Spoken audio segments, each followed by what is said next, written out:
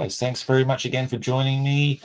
So we've got our regular Danny from Nostalgiahammer Hobbies. How you going, Danny? You ordering a pizza, mate? No, I was just sharing the link for this with my mate so he can tune in and watch it as well. Nice one, mate. Okay.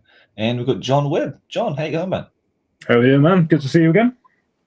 It's our regular epic correspondent on the Chronic Command podcast, joining us here visually now in a visual podcast, if you like, in our paint and chat sessions. So I hope everyone's getting to their paint desks now, and again, not looking at us, but looking down at their paint desk, getting this stuff done, and getting some paint on some miniatures in a bit of a Splatter Natter.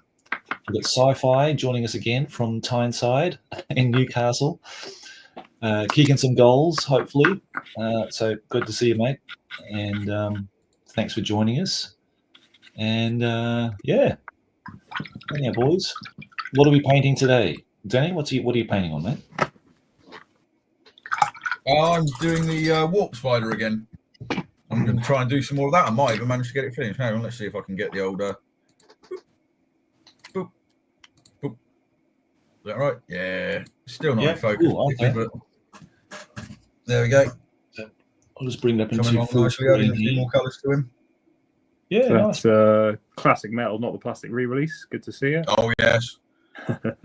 Yeah, not that horrible fine cast drivel as well, or fail cast as it's more affectionately known. Yeah, absolutely. Awesome. Okay. So yeah, Danny's basing this off a Golden Demon entry. Is it from 185, White Dwarf 185, mate? Yeah, I think so. Hang on, I've got it, oddly enough. It's gone with the Ultramarines on the cover. 1995, yeah, 185, that one, yeah.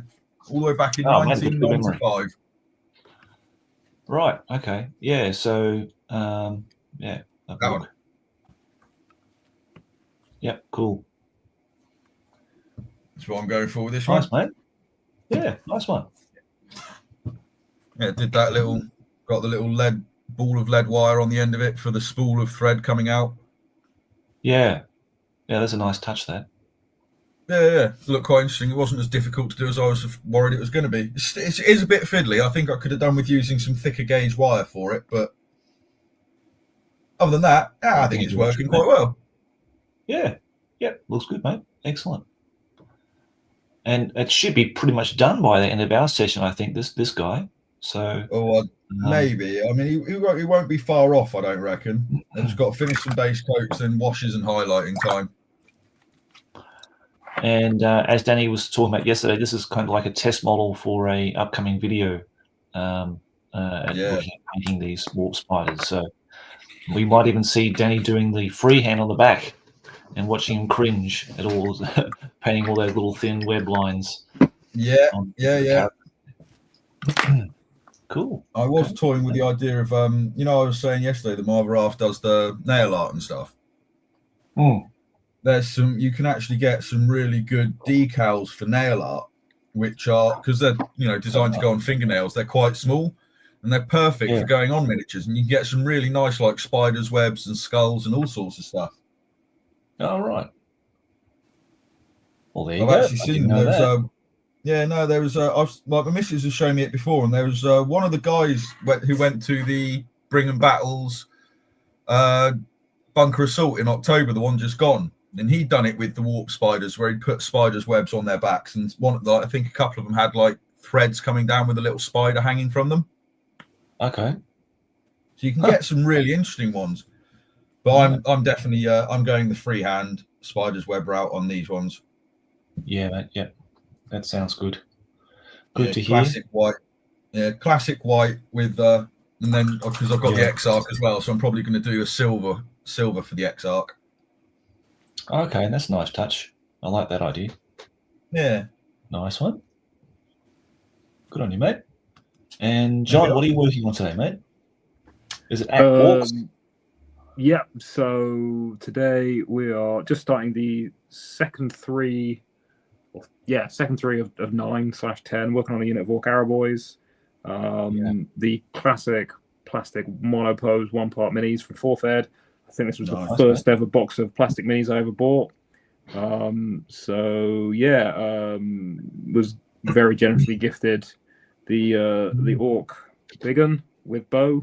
So I've now finally got a unit leader, and I thought as a kind of a thank you, I'd bump them up to the top of the queue. So I got 10 Arrow Boys, three in the boss are done, 3 on the way, 3 more to go. Yeah, I love 90s monopose plastics. They're just great fun, really nice, easy, simple sculpts, but fun to paint. So yeah, nice. Paint green skin by starting yellow. Okay. Yeah, it's something new I'm trying. It adds way too much time to the paint job. It just needs to give a better foundation to put the green up on. Because I'm finding like a lot of my greens are very very translucent. They don't cover very well. So I'm trying this going over a kind of a bone base coat, and it seems to give them a little bit more coverage. So yeah, that's me. How about you, mate? Interesting. Okay, so we'll have to quiz you more about your orc skin painting techniques there, because that sounds interesting. I've never heard of that one before. That sounds cool. For me, I have my pledge for, well, basically, this is my pledge for November and December. It's the White Wolves, the cavalry guys. I worked on them some yesterday in the live stream. I was painting the Grandmaster. I don't know how good that's going to come up on the camera, but I managed to get a lot of paint on this guy yesterday, and yeah, I was happy with how it turned out so far. And now it's the big part is the banner. So doing the banner is the biggest part, and it's the most labor intensive one, because for some crazy bugger in the studio, they put bloody checkers, like tiny little checkers all around the outside of the banner itself. So now I'm sort of drawing and lining those in, and then I need to draw in the design. Then got the old varnish here, the gloss varnish to varnish it, to seal it, and then start painting it, and then hopefully finish it today, because today's kind of really the legal deadline. Because it is the last day, well, here at the moment in Japan, it is the last day of the year of 2024. So let's hope I can continue this. I'm not going to get distracted. Yesterday I had 80 wood here, and he was painting epic, and I got distracted and I started painting epic. So I'm not going to go down that route today. So I'm going to be very, very disciplined and get this done. Your banners, do you paint them with normal Citadel acrylic? Yeah, mate, just the regular Vallejo paints I use. Okay, Vallejo, yeah, sure. Like I've not done a paper banner for the longest time, and I'm right. None of my orcs have got them yet, and so that's sort of a big project coming my way soon. And I was messing around with like alcohol pens, but I didn't like the finish, so trying to get back. Okay. Yeah, like I say, it's been a long time since I painted a paper banner. Right. Well, as a suggestion, if you want to have a quick look, I did a video about 18 months ago for my ogre unit, and I based it off the original studio banner design, and it might be of some use to you, mate. You might glean some ideas off that, but basically it's just done on paper like this. I draw out the design using pencil, and then I varnish it. And once you varnish it and seal the paper, it won't absorb the paint. And then you can put inks are probably the best thing to use when painting banners, because the inks flow over that varnish really nicely, and they give that nice intense color to it as well. So yeah, I'll link you later, mate, for that one. But I'll just give you some ideas of how to approach painting banners if you haven't done it for a long time, and you're needing a few tips and that kind of thing. See, I can't really say much, to be fair. My preferred method is to find the banners in army books or codexes and print them out in black and white, and then paint over that. Yeah, no, I've done that many times, mate. There's nothing wrong with that. I've done it for many a banner in my Orc and Goblin army. Just photocopied all the stenciled black and white ones in the back of the book or through the middle of the book. Again, varnish them, but then it's on photocopy paper. So what I did later was with the Chaos Dwarf army, they have the coloured banners on the back, so I did it on photo print paper, so it's like with that glossy paper, and then I just paint, because it's already sealed and it's got a glossy finish. I just painted over the top to correct things or fix things up or just tidy them up. Then varnish them in matte varnish, and you can't really tell that it's a reproduced banner. So no. Hack Well, there. actually, funnily enough, Richard from Bring a Battle, he's done similar with, I think it was his banners. He used the printer where he works. Apparently, from by the looks of it, it's a very good quality printer. So he did similar. Oh, right. Like you can't tell like they're printed or anything. They look like perfectly drawn pictures. Oh, nice one. Okay, that's great. Yeah, that's what you need. The better the printer, the better the result. So, well, like I said, I mean, if you can paint in between the lines relatively neatly, stuff like that, you don't even need a good printer, really. You just need to get one that can print the black and white bare outline. mm-hmm. So, talk me through, Josh. Yeah, man. You're varnishing the paper, so the paint or the ink is not going to soak into it, which is interesting. How are you blending on the surface then? What's your technique for, or do you just layer up? Yeah. So what I'll try to use inks as much as possible. Mm-hmm. So because they blend really nicely, you get a nice flow onto the paper as well, and you're only painting in very, very small areas anyway. So yeah, I just mix the acrylic paint into it, so it's like I'm using just blue and white, and just mix the white in to get the transitions and blends in, and do it that way, mate. So it's no real different from painting a model, but you're just painting on a 2D surface, really. Yeah, I wonder if it's the varnish that makes the difference. Just like I say, it must be knocking back that absorbency of the paper. Like you say, it almost makes it behave like a bit of plastic card or something. Then, yeah, I'll have to give that a whirl. That sounds intriguing. Yeah, well, you can do a test. You can do a test on a bit of paper. Just put some paint on some paper and just see how much it dries up and how horrible it is to work with, compared to just put a splash of varnish on there, and you'll see the massive difference in how nice it is to work with as a surface. Because yeah, I've done it before. I've just painted straight over paper and it's bloody awful. Well, I think that's kind of my my old school experience, my old school memory.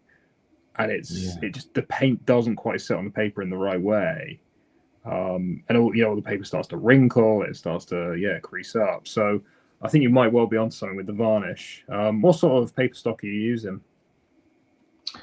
I'm just using the cheap El Cheapo craft paper, drawing paper you get from the hardware store or craft store or whatever. But it's still heavier than your photocopy paper, you reckon? Yeah, it is. It is definitely. I don't know what they call that, like a not gauge, but whatever they call that. Weight. The weight. That's right, the paper weight. Yeah. See, I've got to be honest. I use. I'm sorry, carry on. No, yeah, sorry, mate. I was just going to say one thing that, all the undead models and banners I painted for David were all done through photocopy paper. There's just the cheap stuff from work. But once you've done the varnishing on both sides, you're already in strengthening the paper, and that's important too. And I think the thinner the paper, the less like when you've got banner poles, when you need to fold the ends over the top of the banner pole, the cross. What will happen if you have thick weighted paper? You'll actually start cracking and creasing, and you'll see those cracks form in the paint. Sure. The thinner the paper, it won't do that. So you've got to find the right weight of paper that's just going to do that for you, basically, make that easier for you. And have you ever tried sculpting onto plastic art instead? Have you done that one? Painting onto plastic art? Sculpting, like actually sculpting the banner detail, like with green stuff. No, I've never done that, mate. Oh, okay. Oh. Have you done that?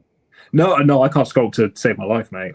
But no, I'm just wondering, like any modern GW banner tends to be a 3-dimensional surface with the flag design sculpted in. So yeah, if you get your green stuff out, yeah, it'd be interesting to see. Like I said, I'm not sculpting has always escaped my my skill set, I'm afraid. But maybe I don't know. Maybe if you trace the banner out and then you just lay the green stuff in, maybe it would be easy because you're almost sculpting to a stencil then, rather than just trying to figure it out on flat. But that's what I was just about to say. Exactly that. Actually, if you sculpted it out, if you like drew it out or something, and then like laid the green stuff on there and cut out the green stuff around like your design. How 3D do you like your banners, Josh? I guess is the question. I wouldn't like that. I mean, I like them 2D, bright, colourful, and sticky. Yeah, for me, yeah, I'm not so. But I've seen. Oh man, what's that guy on Instagram? I've got to find him. Oh man, you can see those banners; they're incredible. Let me see if I can hunt this guy down.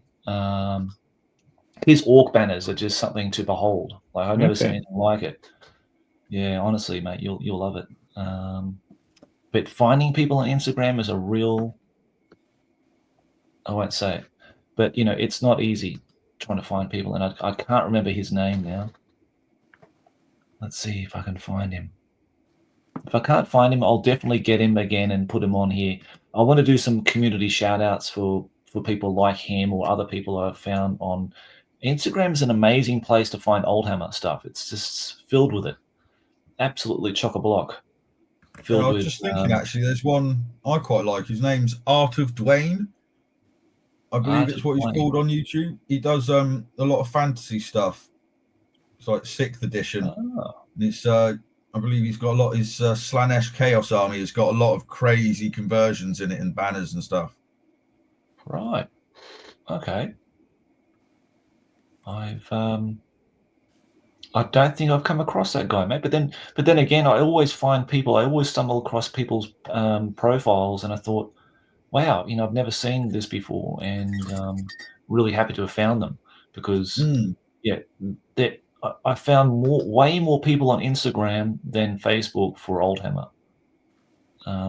Maybe because of the medium where it's just showing a picture of whatever they're working on, painting, collecting, it's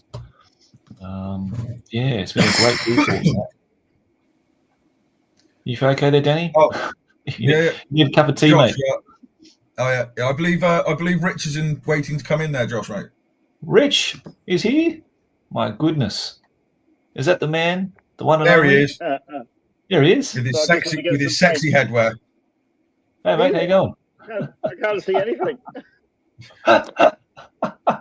You're like me, mate. I've got the same thing. Don't worry. I've got the Orc Mechaniac binoculars here for painting. Actually, I've been thinking of getting the ones you've got, Rich. I'm wondering if they're any good. Do they go over a pair of specs quite nicely? I've no idea. But this has got loads of different. You get like 5 different strength lenses. So it's right. Have a go, mate. They're really good. The only problem I found, I don't know if you can see, I get too rough with them and they tend to break here. So this is the second time bad. Because I try and get around your big head and plonk them on. Yeah. Oh, blimey, hang on. We've got a whole load of stuff going on in the chat that we haven't noticed. You go through them, mate. Please. I'm just getting some. I'm looking for your channel so I can give you guys a shout out. So I will start at the top. I'll leave out Sci-Fi's Newcastle scores because that's football and nobody really cares. I love football. Yeah. Okay. Oh, God. It's okay. On Newcastle. 2-0 apparently up at half time. Could be 4 or 5 listening on radio. Spent too much time in pub as I thought it started at 3 p.m, not 8. There you go.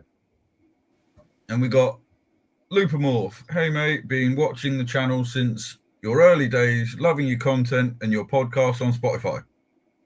Oh, thanks, mate. Thanks, Lupamorph. Really appreciate it. Mrs. is watching.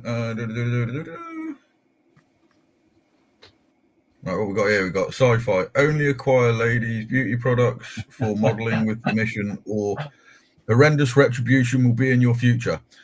That's very true. That is very true. Although I normally get my other half's cast-offs when it comes to a nail art. It's quite handy sometimes. Hey.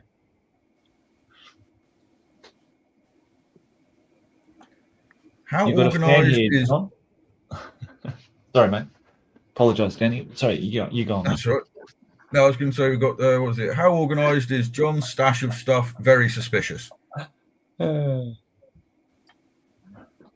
in my background, or quite possibly. You're far too organised. Your gaming shelf there, mate. Your bookshelf. 30 years of, let's not say hoarding, shall we? Yeah. And then we've got another one from Sci-Fi. I always remember orc/orc banners are painted by grots, so mistakes are acceptable. Almost necessary, one might say. Got Colonel Billington. Big up to John for Epic Deep Dive series with Josh. There you go, mate. Nice. Excellent. Good to come back with those in 2025 for sure. Yeah, we got to think of like what's the next angle, like what's the next thing we do, because we've done all the books now. Well, so what do we talk about? Well, we haven't done the night households yet. Remember? Yeah. Okay. Yeah. They're in the Titanicus. Titan Legions box, aren't they? Yeah. Okay. Hey, I've almost got to pay it on for that. That's Yeah.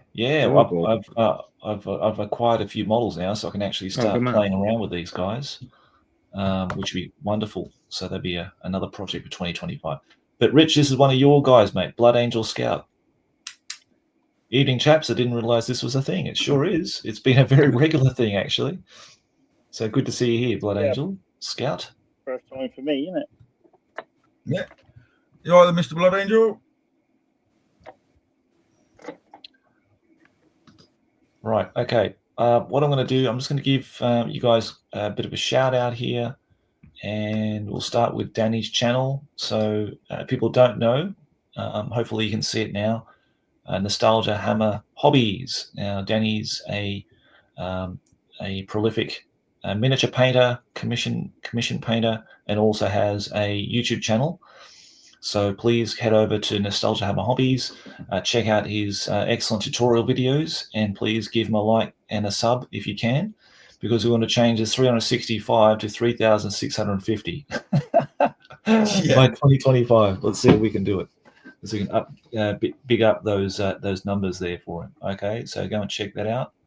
And as Rich is here, bringing Battle Wargaming. There you go, John. This is it. So bringing Battle Wargaming covers a lot of games, actually. Kings of War, 140K, second edition, third edition, one-page rules, Gorka Morka. Missing anything, Rich? Is that all, mate?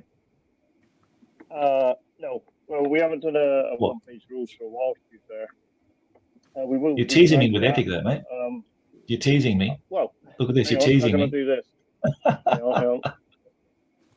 I am doing Epic at the moment. Oh, right. Brilliant. Okay, I'll bring you under the spotlight in just a second. All the grief. All the grief, yeah. Oh, mate, you just wait. You wait for this video to come out, mate. You wait for this video to drop. You'll get a few laughs out of that, I'm sure. But good to see the Epic on the paint table, mate. That's excellent, because that was my next question. So if you could be, I'll just put you on center stage here, mate. Can you show us what you're working on? Some Wraithguard. Let me just grab something a minute. Hang on. Okay. Nice decorations, mate. I love them. I love Tacky Jack. My missus hates them. So based on what you were talking about yesterday, about flocking and that, so if I show you that one there, that's a dreadnought. Right. Because I covered it in some flock. I put Mod Podge down, covered it in some flock, let it go off, and then I watered down some Mod Podge and covered it again, so it's solid. That flock's yes, not that's a good idea. That's a nice looking flock too, actually. Yeah, it's well, after the grief you give me about using static grass for hobbit pews. Yeah. Well, a lot of hobbits had to endure a lot of pain and suffering to get that done, mate, for those people, for your war games. So after that grief, I went to blended turf green blend, which is that one there. And that's actually Right, blended turf. similar to yours, Dan. It's a bit feels like a bit of sawdust, to be fair. Oh yeah, the sort of stuff I use. Yeah. Yeah. Cool. Okay. So it's quite good. So That's I'm good, working on some epic at the moment, and I love it. He says. Honestly, good, that's good. I can't wait to bring it to the channel. But it's Mate, we're waiting. Me and Danny are waiting, mate. Over here, so I've got me just trying to work out the camera. Got me Dark Angel Assault Squad ready to go for the Cowabunga challenge. Oh, nice, mate. So Okay. That's my next thing to do. So I'm trying to get as much other bits and pieces done before I focus on that. Okay. Nice Nice one. You're Crown of Command one, aren't you? Like when you were doing the other day with the white lines. Oh, this is for the Gathering of Might. That's for the Gathering of Might challenge on Facebook. So, right, okay. but I just realised I screwed up this banner, so I'm going to have one square off, which kind of really disappoints me. I didn't swear actually. That was quite nice of me. I could have said a few foul words, but I didn't actually. So that's good. Because it's too early in the morning. You haven't quite woken up properly yet. Yeah, that's true. Here's a good one. Question from Sci-Fi is like, do shorts on YouTube bring many subscribers? If so, maybe just do 30 to 60 second shorts of a finished mini on a turntable. Do you know, that's probably actually not a bad idea, because I've been trying to personally think how to do shorts for my one, and I can't for the life of me think how to edit a video down into like 30 seconds to do it. But a little 30-second clip of that might work. And I think shorts possibly help. I don't know. My subscriber count's so low and I only have a couple of shorts out, so I'm not really one to comment. Oh no, Rich, do you notice much? Because you put shorts up now, don't you, for your battle reports and stuff? I have done. They can do. When you upload a video, it does give you the option to do edit into a short, and you can slide that 30-second ruler along to pick out a bit of the battle, which I'm just getting my head around. Otherwise, you can just film on YouTube, just film something. So you can set it for 15 seconds and just literally film your miniature turnaround on the turntable, say what it is, and then just upload it straight away. You wouldn't have to do that 15-minute, 15-second video separate, then upload it. If you go onto when you go onto YouTube, it says, well, we do the live, so it's video, live, short, and all that sort of stuff. Just tap short, it will give you 15 seconds, or you can tap it to 60 seconds, and then just film that. And then it will upload that straight away. So those shorts you see me do, Never tried it. That. But that's actually I might give it a go, because I've never tried it. Yeah. Yeah, no, I've not tried that one either, but that is actually a really good idea, to be fair. I'm going to give that a go, and I don't know, in the future Splatter Natters, I shall let you know, Sci-Fi, if it works or not. If it does, congratulations, that was a great idea and I've stolen it. If it doesn't, it's your fault and I will blame you forever. Your PR manager, mate. Sci-Fi. No, that actually sounds like a really good idea. I like that. I don't think I tried it because I don't really watch them. I think that's probably it feels to me like a TikTok thing, and I'm not into TikTok or these. No, see, I've got to be honest. You know what I mean? Yeah, see, I've got to be honest. I do find myself going. I call it doom scrolling, where I just go into see like a short clip I like. Next thing you know, like 30, 40 minutes, maybe an hour's gone by, and I've just been there going through the clips. It's like, nah, with your brain switched off. Yeah, definitely. My daughter wants to do TikTok, or has done. So I said, if you're going to enter that sort of social media, I better check it out and see what it's all about. But she's laughing now because she's got more viewers and subscribers than me on TikTok. One of her videos, she hasn't set up a bank account yet, but one of her videos had over 11,000 views. Oh wow, that's great. And she said, and that video went wrong, and it still had like over 11,000 views. So she could have earned some money off that. Okay. Well, that's good for her. Yeah, that's nice. Well, maybe she should be your PR manager, mate, for bringing Battle. Eh? Set the right path, mate. Getting some shorts in. Maybe you Well, guys I'm wearing thinking- shorts might work too. Yeah. God, I do want to see that. Save that for the OnlyFans. Yeah. Or with some biscuits and tea bags. Hey, I wasn't going to go there, Rich. I totally forgot about that. I got told this before I even went online. My daughter's like, "Are you is this the one you talked about with tea bagging?" I said, "Yes, it The is." Morning Glory. Yeah. Poor old John has no idea what we're talking about here. I'll let you explain that to John. Yeah. So, John, Rich and Jace, they have these sort of 1 hour live streams they do every Saturday night before they start playing and filming their battle reports. So, and they're always drinking tea and eating hobnob biscuits or something like that. But then I heard something somewhere, I don't know where it was, and someone mentioned teabagging, and I thought, and they obviously talked about the context of what this phrase meant and that kind of thing. I was like, okay, that's an interesting one. So I think I just dropped it in one of the live streams that, who's teabagging who or something tonight or whatever. And that sort of spiraled into Richard, or was it me and Danny talking about it or something like that? I don't know what happened. And Richard, You down, Jonny. One for the Halo was it crowd there, me I and guess. Jonny, was it? Yeah. So teabagging, Jesus, that's something new. I'm learning things all the time. I'm not in the young people's crowd anymore. I don't know all these things. I'm too innocent. Maybe. Like I say, you weren't playing Halo 20 years ago, mate. That's Yes. missed the Who told me fun. that?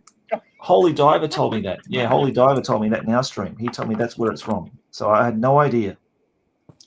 Okay, there you go. So it's not actually. Thank goodness it's not actually a practice carried out by actual adults in their bedroom. Thank goodness for that. It's a video. Well, I mean, mate, don't kink shame if that's what people want to get themselves up to. That's Hey, look, I'm not judging. Hey, if that gets your rocks off. So talk to me about this challenge then, Josh. Talk to me about these. Yeah, let's change the subject, please. What's the crack? Yeah, let's talk about Warhammer rather than creepy Boston boys. Richard, don't talk about teabagging ever again. You're being banned. Trust me, I will never bring it up again. Thanks, mate. No, I'm just joking. But yeah, but it was a funny thing on their stream. You'd have to watch it to get it. But anyhow, moving on. Basically this challenge is broken up in about 6 months, and the original challenge was first created by a wonderful French soul. I think Jocelyn is his name, in France. Really good, nice guy. And it was basically strictly 4th edition, like only 4th edition models, 4th edition armies, that kind of thing. But unfortunately, life got the better of him. He had another baby, and things happen. And so he couldn't continue the challenge. So Chris, my Aussie mate, he picked up the mantle and started the second Gathering of Mighty Painters.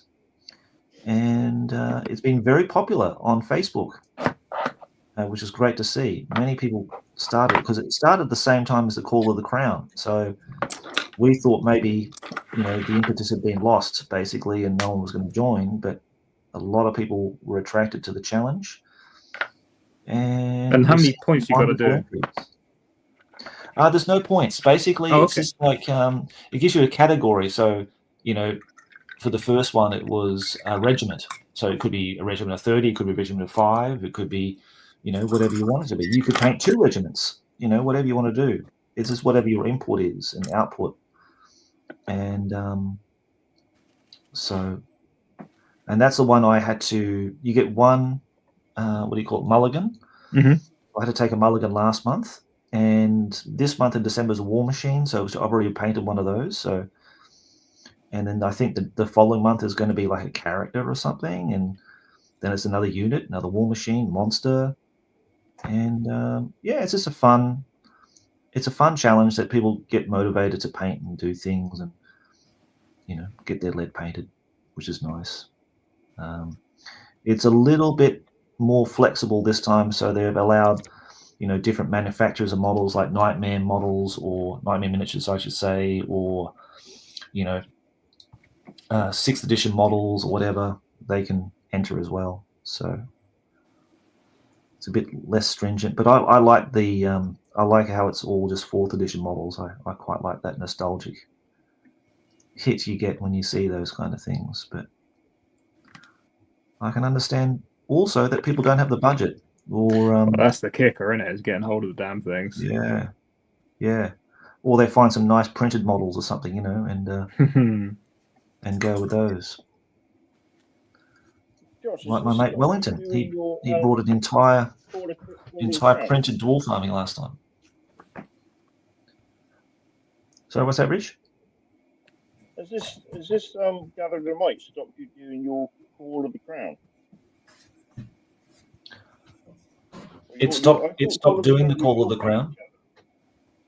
Yeah, but my other friend David, he's in the States. He's decided to take that on, basically, because I don't have time to run all those challenges anymore. Right. So it's just been so the community sort of just taken over and grabbed it and ran with it. So But that's cool for you that it's still going ahead. I mean, it's great that people want to do it.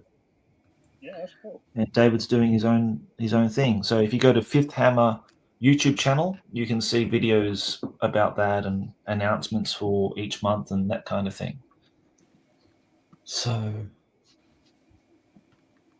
looks like 80's listening as we're painting. So he's painting some epic warhounds today. That's awesome.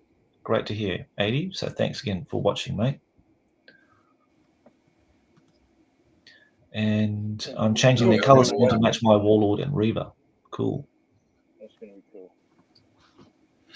What Legio is 80 up to? There's a question.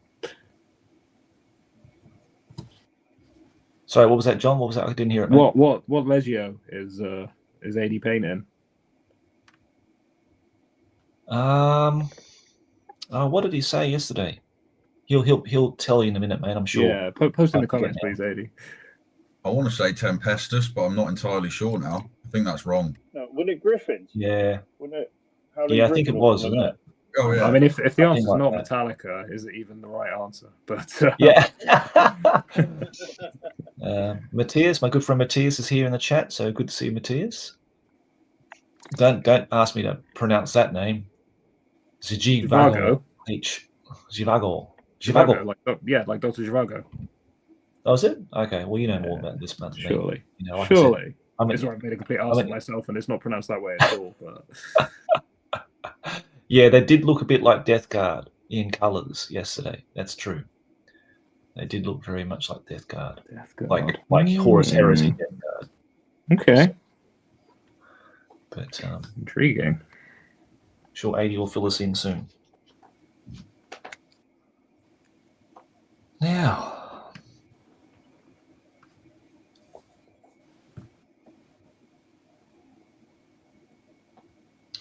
did you get any hobby stuff for Christmas at all, John? Don't think I did I, hon? No. No. No.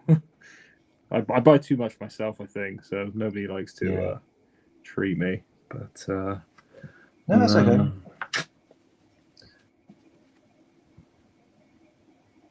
Well, I suppose Colin sent me that orc. So Colin sent me that box of orcs. So I wouldn't say it was necessarily for Christmas, but that was a nice hobby supply box. So that was cool. Yeah.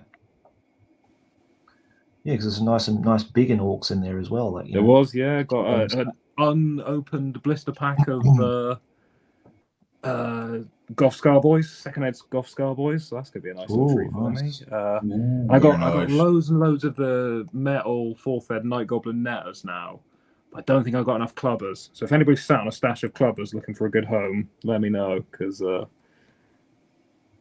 yeah, I've got the same issue. I need clubbers more than netters. Yeah, it's weird. and the netters always fell over. They always fall over. Like they're so top heavy. They're so top heavy. Yeah.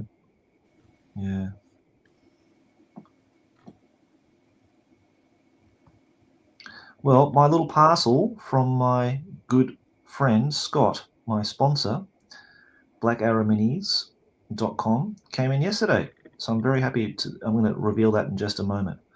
Just so I paint some more checkers. Oh, it's all epic goodness, John. So you'll love it. Oh, excellent. Is this new, like non-GW new stuff, or is this some classic GW stuff? Or oh no, this is classic, my friend. This is classic. Going back to the glory days. Going back to it's for me it's like classic second edition, but they could even be first edition models. I'm not sure how far they go back. And it's same models, isn't it? It just depends which box it comes in, I suppose. Yes, yeah, that's right. Let me just bring up his. Let me just bring up his.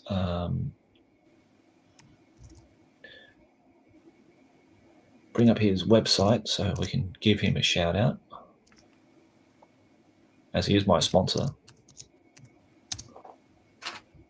And he does have it. I'll go straight to the epic site. I'll go straight to the heart of the collection here. You guys will love this. That's like, oh my God, hold my cake. Just get me this stuff now because I need it. And so let's have a look. Let's go into. I'll show you in a minute.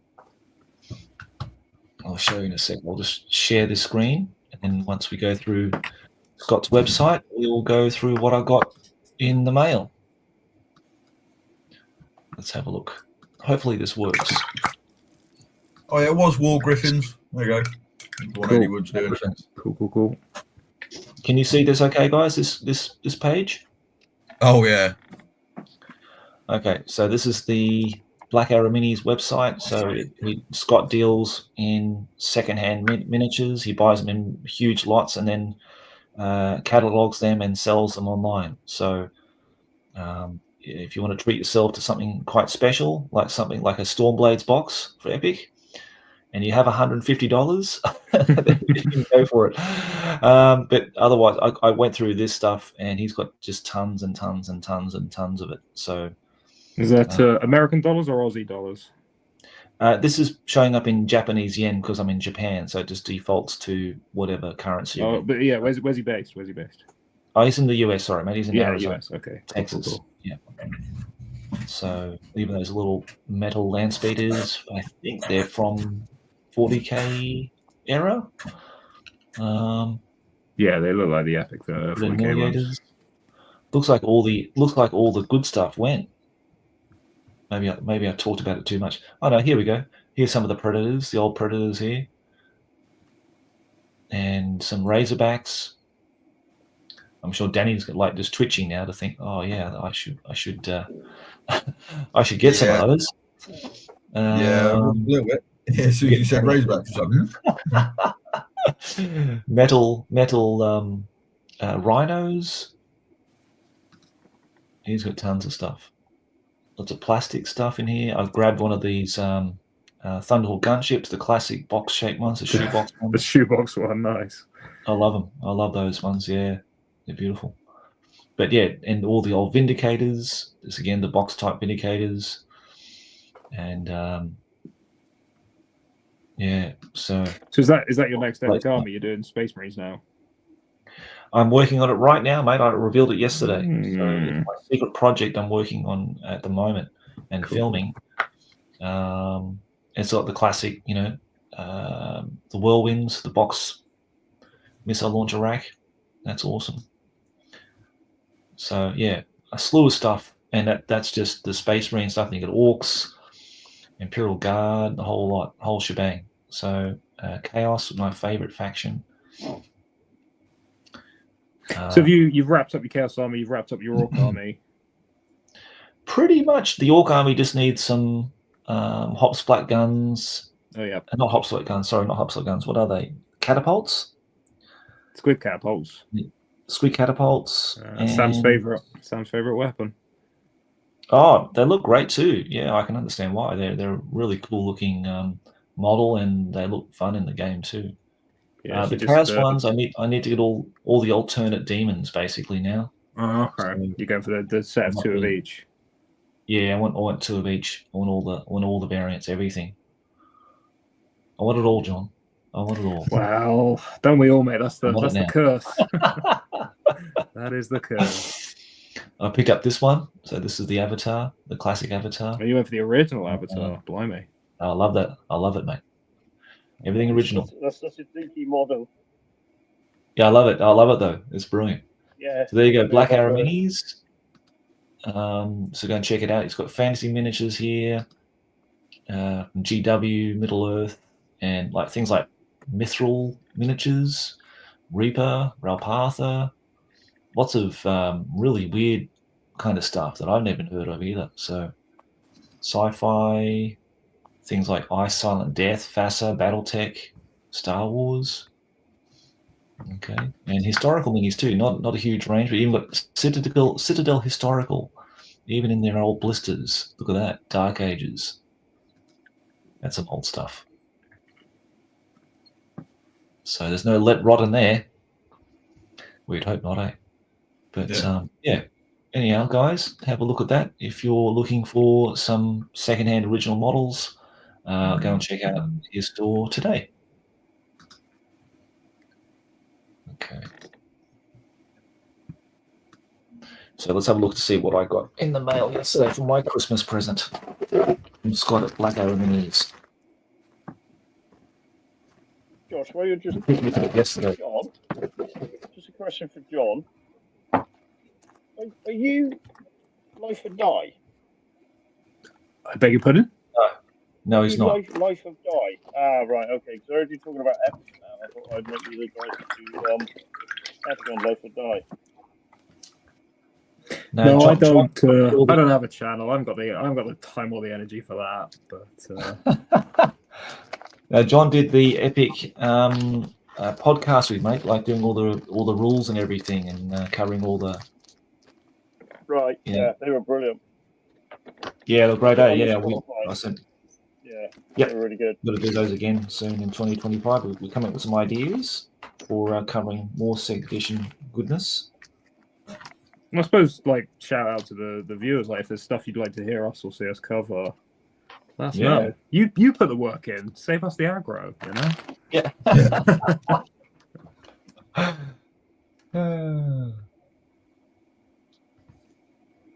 Sci-fi. I've got 3 Squigos, if you're sure. I've actually got the Squigos, thanks for my friend. I've already got those. Thank you, buddy. They're just primed. I haven't painted them yet. The first mini I bought was with my own cash as a kid. Was a Ralpatha mini. Got a big soft spot for Ralpatha. Yeah, I mean they did some classic stuff. I remember like back in the day when I was in high school.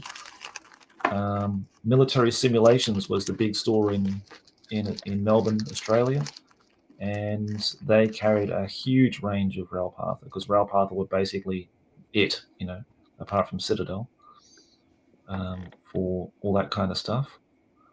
So yeah, they've got a massive catalogue.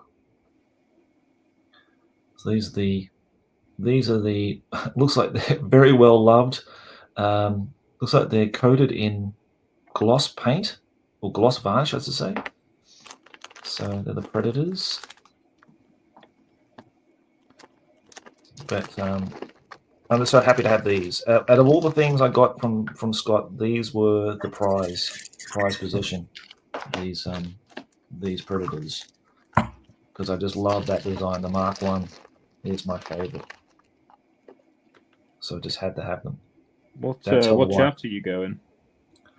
All Blood Angels, mate. Oh, good, I'll show you those in a minute too. It's the right answer. Press it up. Exactly. I want to go classic Mike McVeigh, White Dwarf, whatever it was, 143 or whatever is the painting article, all of that.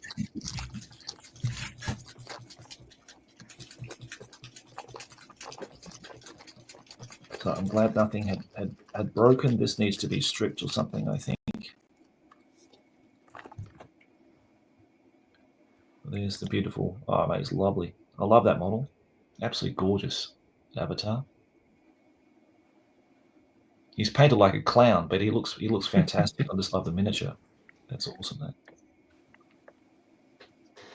Cool. So we've got 3 Vindicators, 3 Predators, an Avatar to lead the Alatok craft world. We've got 1 Thunderhawk gunship that has the other 2 from Adam of Doom, one of my patrons. Thank you, Adam, to make the full 3 that we needed. So it's very nice. And what else have we got? Whirlwinds, mate. Whirlwinds. Can't go to battle without whirlwinds. They're also done with the same gloss varnish. That's bizarre. Why on earth would you gloss varnish something that's not even painted? That's just over the raw metal. Yeah. Maybe they were trying to seal out the lead rot. I don't know. Don't know. Yeah. Or it's an incredibly realistic metal paint job. It could be. It looks so, like it's so got a good. It greenish looks tinge to real. it. Yeah, but they're in good condition, thankfully. So that's the main thing. And we got our much needed Tempests. I didn't have any Tempests, so they were very, very needed as a super heavy support for the Eldar. So we've got 3 of those. Make the full, I think they're a company. 3 of those. You can have them single or a company. So. You need a I think now. Yeah, you'll either have 1, 3, or you can have a postcard and have 6 of them.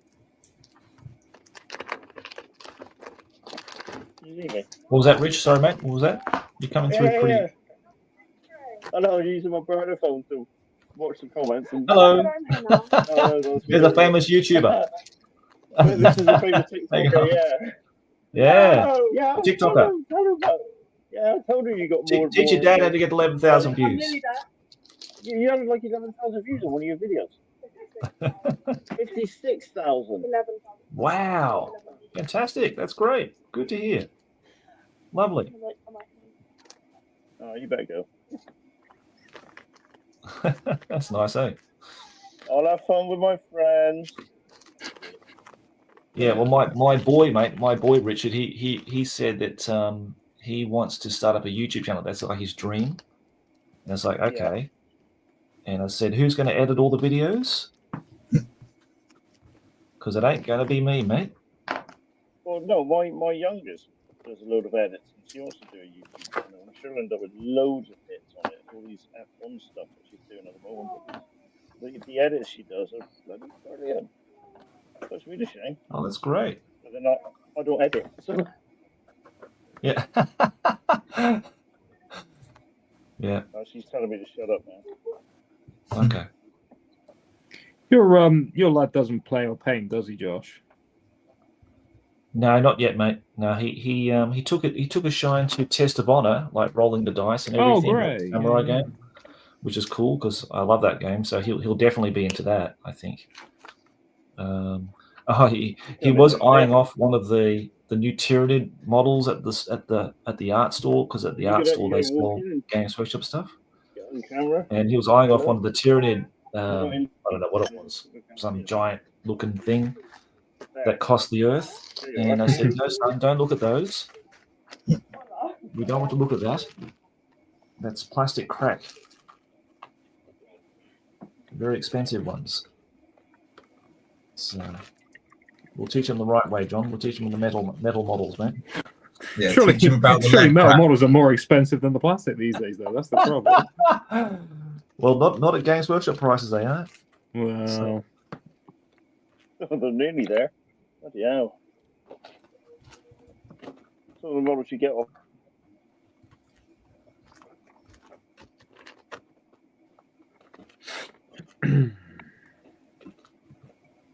Wow.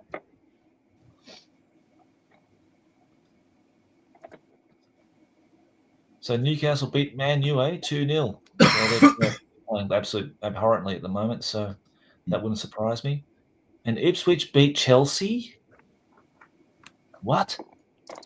That's crazy. Ipswich. You got to be kidding. Do you finish up with the shipping forecast after this, Josh? Yeah. Is this what we're doing now? I thought we were paying a minute. Me and my mate Sci-Fi, we're football fans, mate. So sorry. I didn't realize you were allowed to. I'm a Chelsea fan, and he's the Newcastle fan. So. Well, I thought it was always one or the other you had to pick. It's either toy soldiers or sports. You're not allowed to do both. Well, not that I play it. I mean, geez, I'll be in an ambulance by half time if I was playing football. But to watch it is okay with over a beer. That's my. How was your Christmas Day beers? Yeah, it was good, mate. It was pretty. It wasn't anything wild. I think Christmas Day we had. Oh, that's right. Well, our Christmas was one to be remembered really because I was working Christmas Day.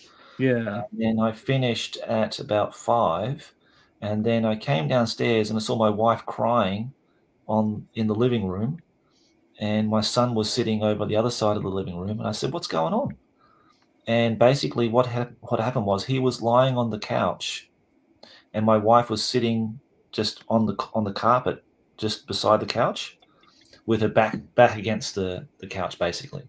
And my son was playing Nintendo Switch, and he was playing a game. Maybe got excited, and he sort of kicked his foot out and smacked her right on the side of the face with like his heel, right in her eye socket, and she went blind in her right eye.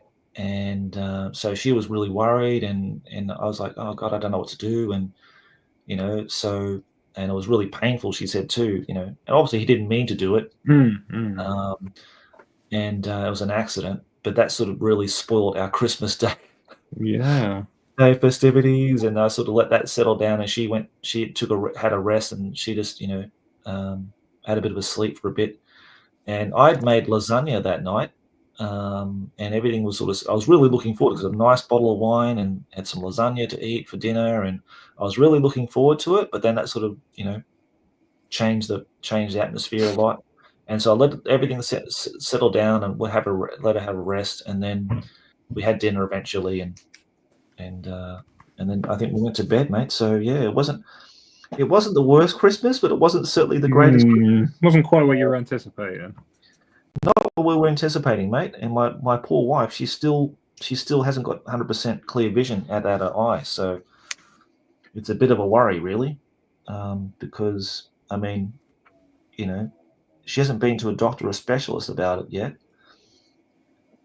But I hope it heals and it gets better, because the last thing we need is an eye operation, mate. When you're trying to reattach the retina, because that might be the case. It's been dislodged or something like that, But it might just take time because her age and everything as well. It just takes time to heal and stuff like that. So. Yes, not great, my friend. Another adventure in life. The joys of having kids, mate. The joys of having kids. My little boy. He didn't. Yeah. Poor Bucky, he did mean it, but she weren't too happy about it. That's for sure. Understandably. Yeah. The kids are definitely sent to try us. And you gotta love them. You love them for it every step of the way, usually. My boy's in the phase of just arguing about everything you say now. So it's a pain. He's a bit of a pain in the backside, to be honest, sometimes. So every time I say, "Don't do that, mate," why can't I do it? And that's the kind of attitude he's got now. So it is a testing time, and everything his grandmother says, it's okay. Everything she says, he'll do. No problem. Oh yeah. But anything mean his mother says, no. There's always why. Yeah. So just a phase. Yeah. Although to be fair, my eldest is 18 and he's a bright pain in the arse. So it's not always a phase, mate. Sometimes it continues all the way through. Yeah, mate. Yeah. Yeah. So, well, I was probably actually saying that my 7-year-old, I think. he's actually all right. Although he will happily inform me that he doesn't like me and I smell. Well, my boy's been telling me that for ages now. So yeah, yeah, mate. And I'm sitting there thinking, why did we have kids again? Yeah. What was? Oh no, there we go. He's 7. Yeah, he is 7. My brother informed me. Bless her. Yeah.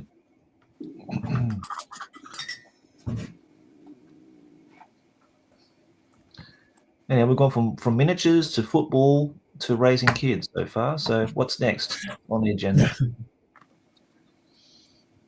Rich, teabagging?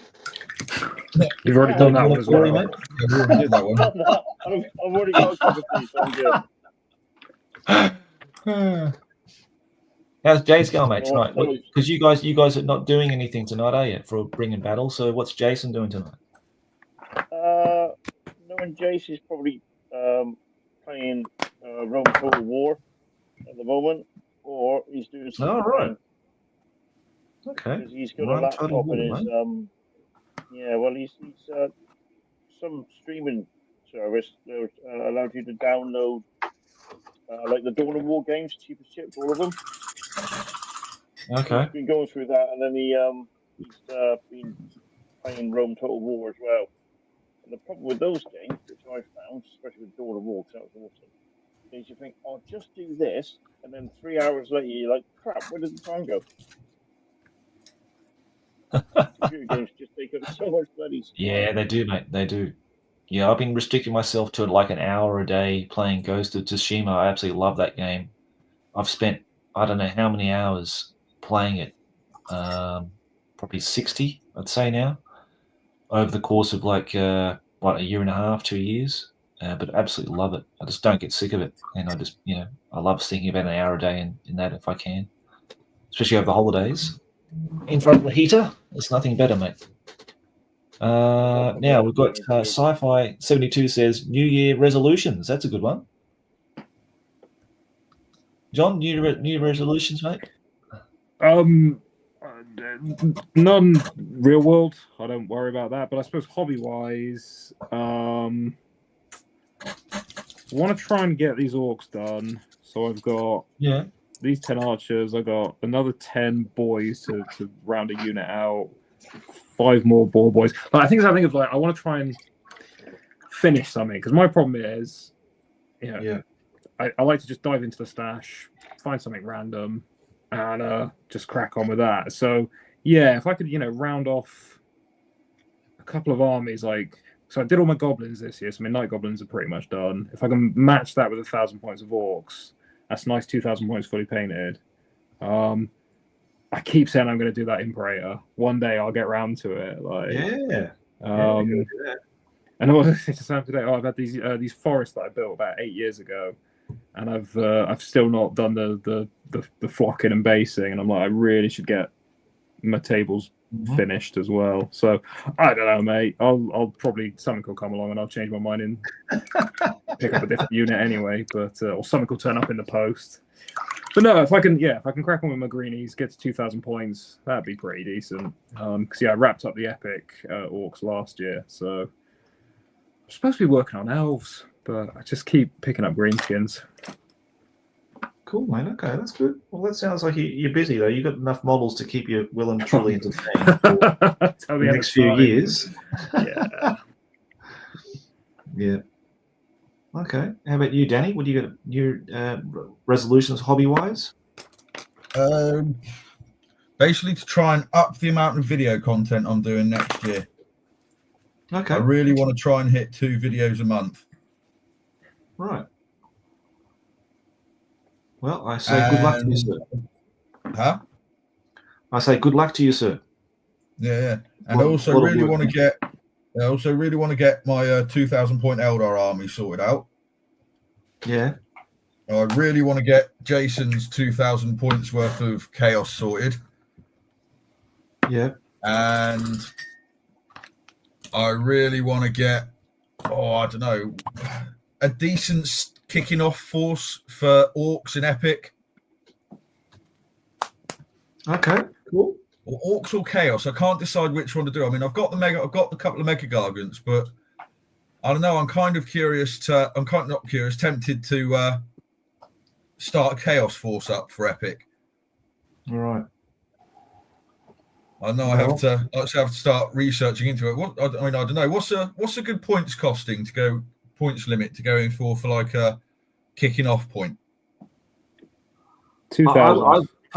I think 2,000 is a good way to start, and then you can build up from there. Because 2,000 points gives you a nice little bit of everything, a little smattering of everything, and you can play on a 4x4 table. You know, it doesn't have to be like a big 6x4, and that way you get to learn the rules and how things work and how things operate, and memorize the rules and stuff like that for things. And then you can just add an extra card here to get it to like 2,500 points, and then to the 3,000 points. And 4,000 points is kind of like the battle report sweet spot in White Dwarf. Right. You're mainly playing 4,000 points. So if you get to 4,000 points, you just double what you have, then you're doing pretty well, I think. Yeah, you'll probably get a Mega Gargant at 4,000. You'll struggle. You could put an Imperator in, but you'll struggle. But yeah, you'll get a Mega Gargant at 4,000 if you want it. 6,000 is where if you really want to go kind of tight and heavy. But yeah, we tend to play 3,000 to get a couple of hours in, or after that you're looking at a full day. Yeah, I'll only go tight and heavy when I go and face either Richard or Jason and do it as a sort of a nasty surprise. Oh,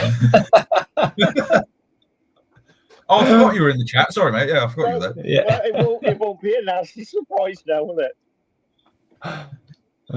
So good evening to GM Cody, my good friend over there in Tennessee. It says, good to see a bunch of grognards painting away. Absolutely. And compliments on the Warp Spider. Oh, thank you very much. Yeah, he's coming along quite nicely. Yes, mate, he is. Rich, hobby. I don't need to go there, do I? Painting Epic and finishing Epic and getting Epic battle reports, isn't it? Your resolution?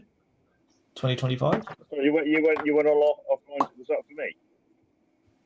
Yeah, for you, Richard, yeah. Then. Well, a bit like John, really. I've got some elves to finish, but I've had to put them on back burner at the moment. Yeah, my ultimate goal is to do an epic battle report for the channel. That's going to be the ultimate. The other one is to get the elves actually finished once I've got this other project Jason and I are doing for March, which I can't say at the moment. So I'm not telling you, am I? So my daughter should shout, "What is it?" Come on, tell us. No. Well, that's going to happen in March, so that should be quite good. But yeah, so the goal for me is to do this Cowabunga challenge, get an epic battle force done. It's funny you say start at 2,000. I think Jason and I are going to start at about 4,000. 4,000. Okay, that's a good point. Yeah, good point. Yeah. To start off with. Whenever we used to play back in the day, it was about 6,000 points. But we never went massively tight and heavy. We preferred having lots of formations. Lots of. Well, you only need one Titan each. You only need one Titan each, mate. You know, that's all you need. Yeah, that's what I think. Jace wants to field about 7. He's got like 7 Elder Phantom Titans. Right. So I'll have to match it with my Bio Titans. Yeah, just bring an Imperator Titan. You'll be right. Orc knobs. That's how you take out Phantom Titans. Yeah. Just saturation of fire. The flicker fields can't stop that many shots. No, they can't. Yeah, I think John got me onto that one as well. Like, just using the knobs just to shoot the hell out of anything. Orc knobs, Goth knobs, they're unstoppable, mate. It's the secret weapon. That and if you're fighting Imperials, shock attack guns. Yes, I love the shock attack guns. I don't. Noted. Does. Duly noted, mate. I will be making sure I get lots of Goths knobs and shock attack guns. Yeah, shock attack guns are great. Yeah. You don't have to kill a Titan, you just have to stop it doing anything every turn. That's the secret. Yeah. Oh, I actually never went up against orcs in Epic when we used to do it because I had Eldar and Nids, and my mate had Imperial Guard and Space Marines. All right. I've never actually faced Chaos and never faced orcs. Oh, Hmm.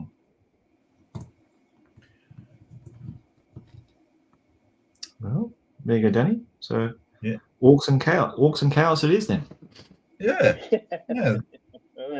No pressure. Because Richard's got Eldar and then Jason's got Imperials. So yeah. You can make up the orcs and chaos contingents. Then. Nice. So, Perfect. I'm going to do Eldar as well eventually, just because I really do love the models. okay, mate. I might have a few bits and pieces here for you too, actually. So I'll have a look around, mate. Well, because I've just pulled out a whole heap of bags out of my boxes here this morning to find some, Right. some bits and pieces. But yeah, I'll probably have some. I'll have some spares, mate. I can just send over to you, so you can get you started anyway. That'd be brilliant, the mate. chaos and the orcs. Mm. And what my resolution is going to be basically is to paint the initial box set for Space Marine 2nd edition. That's underway now, so that having that completed would be great. Playing out and finishing off the Battle for Eastgate. I've been talking about it for years now. I've never done it, so getting that done this year as a video battle report. Playing 3rd edition Fantasy. We've got that underway now, so we're going to get that filmed and played this year. Playing at least one or two of the... Yeah, mate. Did you say 3rd edition Fantasy Battle? Yeah. That's not as smooth as your 4th and 5th and 6th, mate. Yeah, but I really want to play it. We've got some of the books now, and so I don't think it's a huge departure from the other editions. It's just that you've got to basically mitigate a lot of the like if you take Chaos for example, which we don't have, you're dealing with a lot of extra books and rules and that kind of stuff. I think if you just play with the standard rules, I think it's not too bad. I've seen it played. I've seen the Siege. Oh, love Warhammer Siege. That is my favourite book. Yeah. So good. But have you got Warhammer Armies? I just got it now. Oh, so good. Yeah, that's a nice book actually. It's really nice. Yeah, it's lovely. It is, and I love all the pencil drawings in it. When each unit type's got a pencil drawing. I love it. Yeah, that's one of the things I love the most. I think it's Paul Bonner who did a lot of those drawings in there for the unit types. The Empire ones, the Dwarf ones. Yeah, brilliant. No, really nice. I love all those. Fantastic. Gorgeous. Is it Angus Fieldhouse?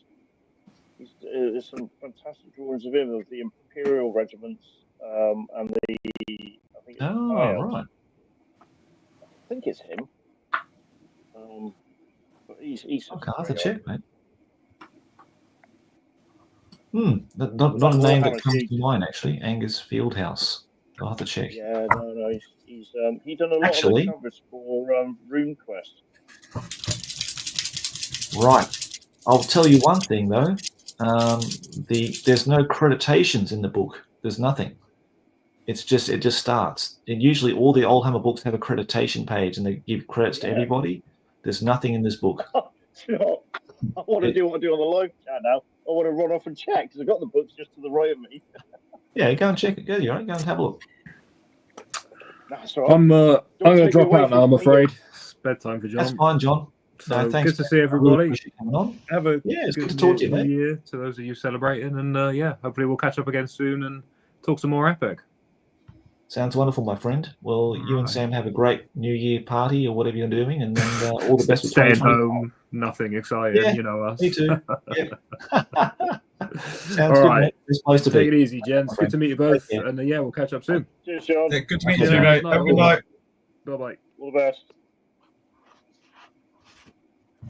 Yeah, good bloke is John. Excuse me. Yeah, those chats you did on the Spotify with the epic stuff, I love listening to them.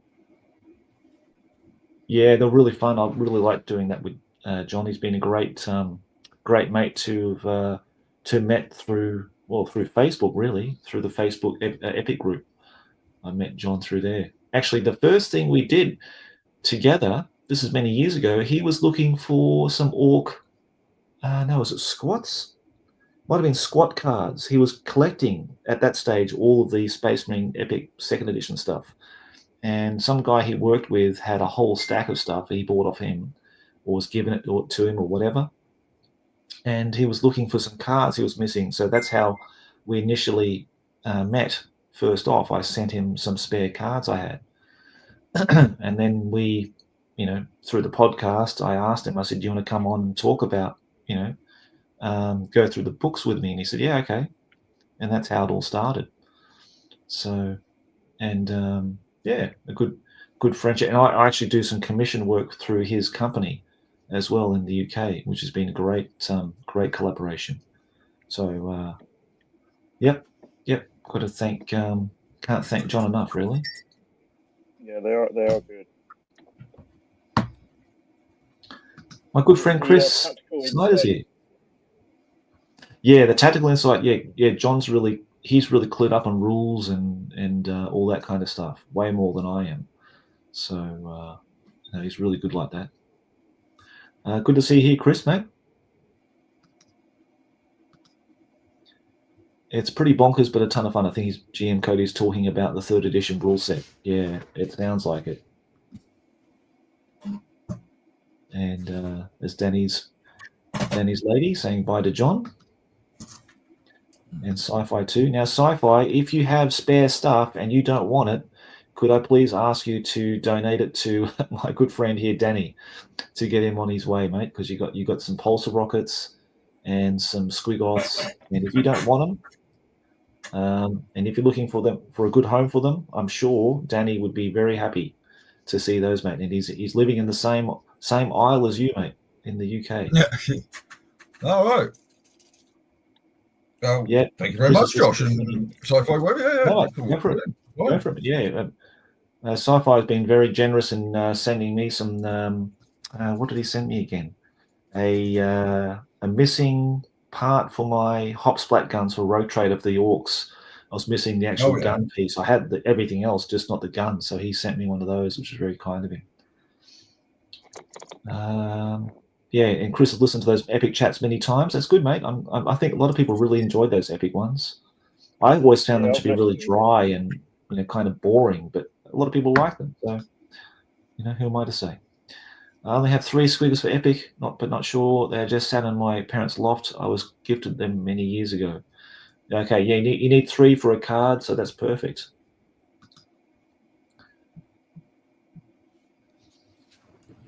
But not to get distracted with epic. I need to get back onto this. Yeah. Yeah, it happened yesterday. I can't let it happen again.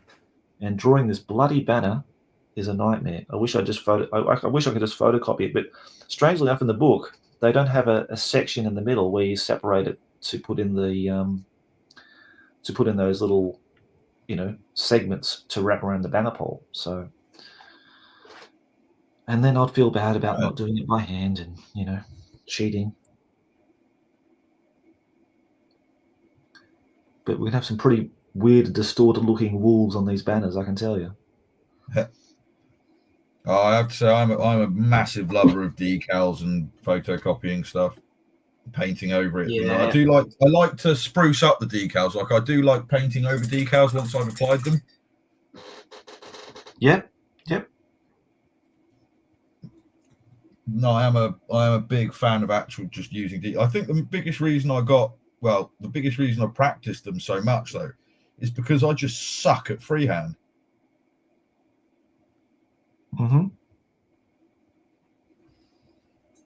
Yeah, So, it's a skill, mate. It's you got to practice at it. That's for sure.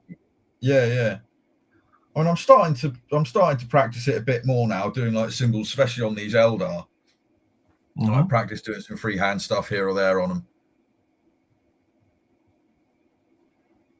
which is doing quite well. Well, you're going to certainly a lot of practice doing the backs of those warp spiders, mate, soon. Yeah. That's for sure. To be fair, I don't think they're going to be too bad because it's quite a large open space, and so long as you can do fairly straight lines, I mean, that is one thing I can do. I can do at least a fairly straight line freehand. It's just complex designs I really struggle with. Yeah. Well, mate, you don't try the Empire banners, mate, because they'll drive you nuts. Like they're doing. Yeah, no, I've got to be honest, mate. I think those would 100% be a scan and print off things like that, and then paint over the designs like that. Well, in my recent commissions, I had to resort to finding a really, really nice guy who, not that I asked him to do it, but he already had some scans, and he's taking these, scan the pictures of the book, and putting them into a program like Photoshop, tidying them up, and then re-releasing them out as a PDF so people can print them out and put them on their banner poles. And I think it's a really good idea. And I think we need to build up a resource of all these banners like this, photocopying, so you can cut that, separate it, put in the two, the banner pole segments in there, and re-release it as a new banner.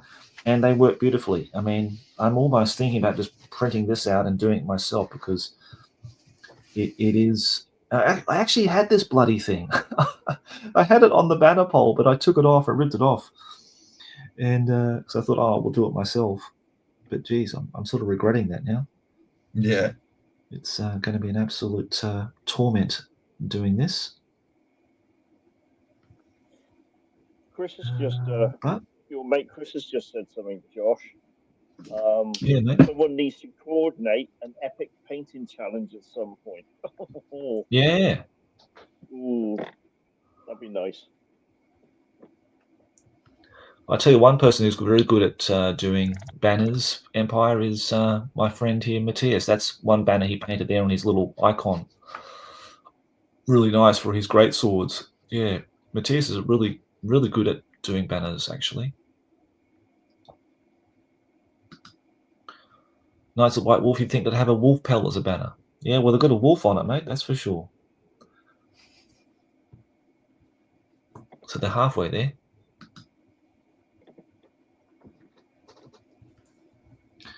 Thanks for everybody who's joining the chat. Again, we try to iterate every time we do a live stream. Please get some stuff painted during this chat. Don't look at us, guys. Just go and get out onto the table like we're doing and get some stuff painted and done. And feel good about your day, knowing you've painted something, whatever it might be, even if it's for 30 minutes. I'm hot on that this year. That's my other resolution this year too, is actually because I've got so many things I want to do. There's so many projects I want to fulfill, not only just 90s nostalgia hobby stuff, but other things that I've got sort of, simmering away on the side there. And like Baron's War is a game that I really want to play this year. And Test of Honor is something I'd like to play more of as well. I really enjoy that. And and some other game systems I'd like to try as well, just out of curiosity more than anything. So I want to try to find the time to squeeze in those things as well. And the Hero Hammer fanzine. Geez, I mean, that's going to take up a load of my time this year doing that.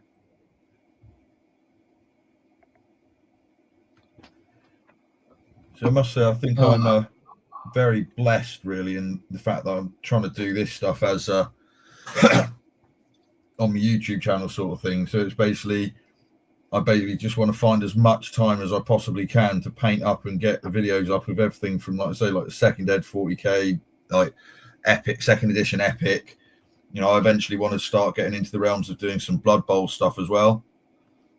Like some of the old school, like the old Hammer Blood Bowl teams, like the original Undead team. Yeah, nice, mate. I mean, if I end up getting another Undead team and painting it, that'll probably be about the fourth time I bought that team and painted it now. Oh, really? Yeah, I keep buying them and then, you know, sell them when I need some money, and then a few years down the line realise how much I miss the models and want them back, so I buy it again, and then end up selling them because somebody wants them and I need the money, and then I remember how much, and it's just kind of like a cycle like that. I think we've all been there, mate. Well, I've been there many times. Yep, that's right. Yeah, it'd be the Undead and the High Elves. It's they're the two teams that I would definitely get again. Yeah, I want for this New Year's resolution, I want to be in a financially very secure position where I don't have to sell off stuff. I mean, that's what plagued me this year. I mean, I had to sell off my Skaven army, which is a real. It was difficult to do because it's a lot of work. It's a lot of, you know. I don't think I'd ever see one back again either. No. So, and out of all the armies I had, I mean, that was probably the one that I'd have to part with. So yeah, just being more financially secure would be a very good thing, because the last thing we want to do as hobbyists is to sell our shit, you know, that we've been spending all that time collecting and painting. There's nothing worse. So I thought I was going to ask for a loan actually next year if he's got a spare, you know, some spare cash there. You can sell off a few hundred models, and Jason could do the same. Crowdfund the Crown Command through the sale of their models. That sounds like a good idea, actually. Yeah. It's a well worthy adventure. You want to speak to Jason for that one? He's the one with the Narnia's wardrobe of leftover bits. He doesn't need bloody. How many Titans has he got? I think you think he had a picture up on his Facebook. It's just crazy how many models he's got. Crazy. So. Yeah, but if he did that, his missus would know then. Yeah. She goes, how much? How much is it worth? You can sell the whole bloody lot then. You know? Let's go for a nice holiday. What's GM Cody? My project this year is probably be Rangers of Shadowdeep. Yeah, that's a good system too, mate. I've heard some really good things about that. And I the guy behind it, who name escapes me, is a really good game designer. So yeah, definitely get yourself into that. Rangers of Shadowdeep sounds like a good one. And I'm a good friend in Wales, our Welsh storyteller Owen Staten. He swears by it. He plays a lot of it. So, and you can play solo too, which he does. I hope, GM Cody, that you get your old Hammer stuff painted up and you play more Warhammer Renaissance this year too, mate. So your old Hammer Orc army and your Elf army, we need to see those painted. And I hope to have GM Cody on here at some point too. And maybe Matthias as well, and Chris if he's up to it. I know it's a later game than most, but did you ever try Mordheim? I've never tried it. Richard?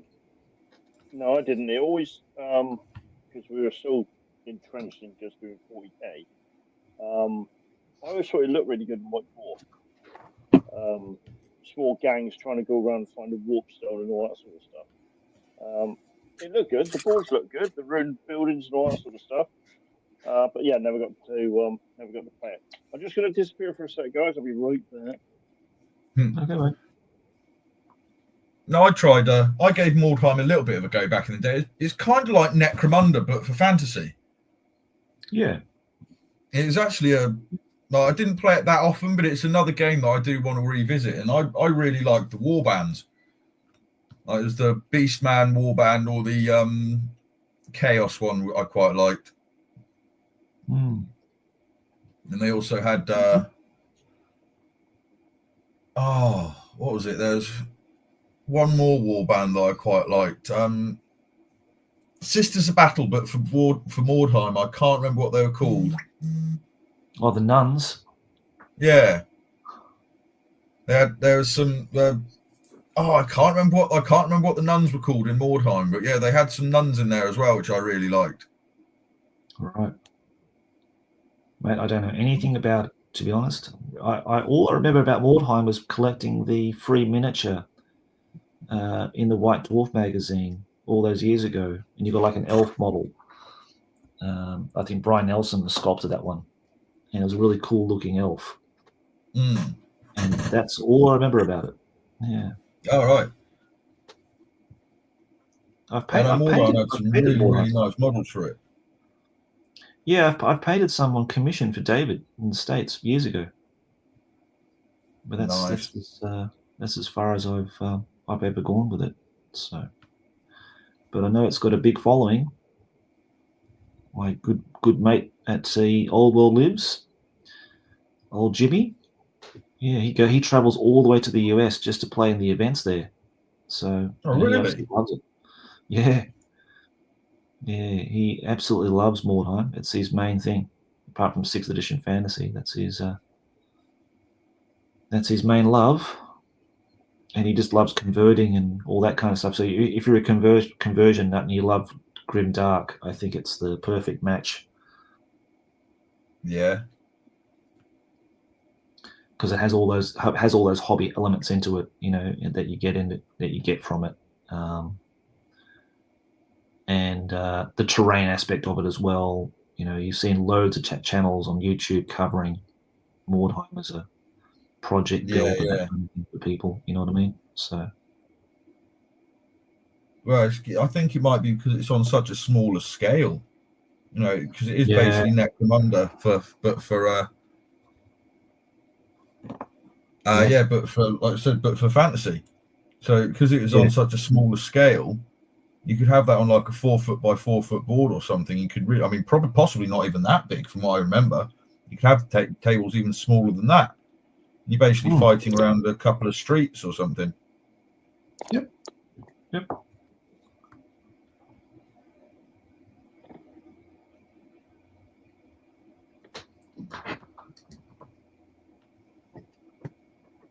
Oh, David Schooley's here. Nice one. Really pleased with models Josh painted for me. Mordheim is my favorite specialist game. Oh, good to see you, David. And I'm glad you love those models, mate. They, had some really nice. Well, David had a nice mix of. I remember painting one of or a few of the old Marauder Empire models, which I really enjoyed painting a lot out of that war band. Yeah, they're really nice models. And the ogre was cool. You had a couple of ogres in there. GM Cody said, love Mordheim, played Beastmen, Orcs, and Undead. Okay. Sci-Fi says, Mordheim is really good, worth a try. No more to paint for a Blood Bowl team. Yep, that's true. That's true. I sometimes quite like those old warband style games because it gave me rather the opportunity to really go nuts on every single model. You could paint every single model to the best that you could, and everything else. That treat each one like a character almost. Yeah. Yep. That's right. Exactly, mate. And that's one of the things I quite like about those problems. With historical doppelganger. Evening, I found this channel through the Holy Diver. So, hello. The nuns from Mordheim are called the Sisters of Sigmar. So there you go, Danny. Sisters of Sigmar. Right. Yeah. So thanks, HG, for the recommendation, and good to see you here, historical doppelganger. Great name. I like that one. Thank you very much for reminding me who the nuns out of Mordheim were. Yeah. Sigmar, yeah. I remember that all their background is they're basically in their convent was on a sort of a outcrop in the middle of a lake, if I remember, or something, or a river, and that's how they managed to survive the old meteor coming down and smashing up the city. Ah, right, gotcha. And then after a while, they decided enough was enough, and they're going to come out and punish the wicked. In the only way a Sigmar-fearing individual can, with hammers and lots of anger. Yep, they weren't the prettiest bunch of ladies, if I can remember correctly, of the models. They did have a kind of hag-like appearance. Oh yeah, they were not afraid to get stuck in. I suppose women in battle-clad armor, fighting religiously for Sigma, wouldn't look the most prettiest. Yeah. Someone had a snippet of White Dwarf once. He made a travel 40k using epic models. Okay, cool. Made a 2x2 board out of a cork in an opening case with pin under the model so he could play for a long trip flights. Okay, I've seen this done before. I think the Perrys did one as well, like a travel battle case thing with small miniatures, and they could play like historical miniatures with it or something on the plane flights or whatever. So that's a really cool idea. I feel like Danny could do a good orc voiceover. I'm not entirely sure I would take that. I'm going to take it as a compliment. The greatest orc voiceover I had was from Garth at what's his channel again called? The 40k Narrator, I think it's called Epic 40k Narrator. Right. Garth. I don't see him much anymore because he got a new job and everything. He's got a baby now, and his missus came over from China to the UK, so he's busy now. He did a lot of he loves like DJing and mixing sort of tapes and stuff like that, and music clips and stuff. Sci-Fi knows who I'm talking about. But Garth does the best orc voices ever. Yeah, he's brilliant. Garth's crazy. He certainly is. He's a bigger pisshead than I am, I'll tell you now, because every time I see him, he's on the piss all the time. And Historical Double said, yeah, I remember seeing that in White Dwarf. Cool. Yeah. So. Oh. Can you guys distract me so I can get out of doing this banner? I should really just photocopy this bloody thing and just call it a day. It's absolutely a pain in the ass. They're absolutely hideous, these things. They look like demented dogs of hell, I think, when I finish painting this stuff up. They won't look like wolves, that's for sure. The missus just brought me my fresh cup of tea. Gotta love that woman. Oh, good, mate. Yeah, mate, your wife is just an absolute champion doing that. Oh, to be fair, she really is. I mean, she's not upstairs, so she's not going to hear me say this yet, so that's all right. But no, that woman really does. To be honest, if it wasn't for her putting up with all the crap that I put her through, to be honest, I wouldn't be able to try and attempt this for a living. Yeah, mate. She puts in the extra hours, sort of thing, to get to do her jobs and that lot to make sure I can, afford to do just basically a part-time job and try and make this work. Otherwise, I'd be, full-time work, and there's no way I'd have time to do all the painting and commissions and YouTube and stuff. Yeah, no, that's good, mate. That's really nice of her to do that. Yeah, I put my wife through stress and hell all the time, so she's used to it now. So she's just resigned to the fact that this is it. This is our lot in life. So yeah, let the crazy man stay in his little room and do his thing.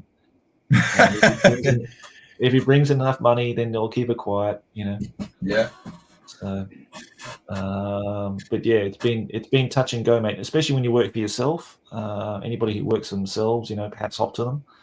My dad did it forever. My dad always worked for himself. So, he always had lots of stress because he had a factory, he had like staff, he had overheads, and my dad was always mega stressed. Always stressful. Yeah. And luckily, we don't have that. We just have our own. I don't have any overheads apart from, household costs and stuff like that, and everything else. But yeah, I wouldn't want to go into having a factory or a business like a physical store and everything like that, and staff. No. I couldn't do that. Yeah, I couldn't do it. I couldn't handle the stress. Yeah, no, I don't know. I think it would be. At one point, I was thinking of trying to open up like a hobby store sort of thing, but it never quite panned out.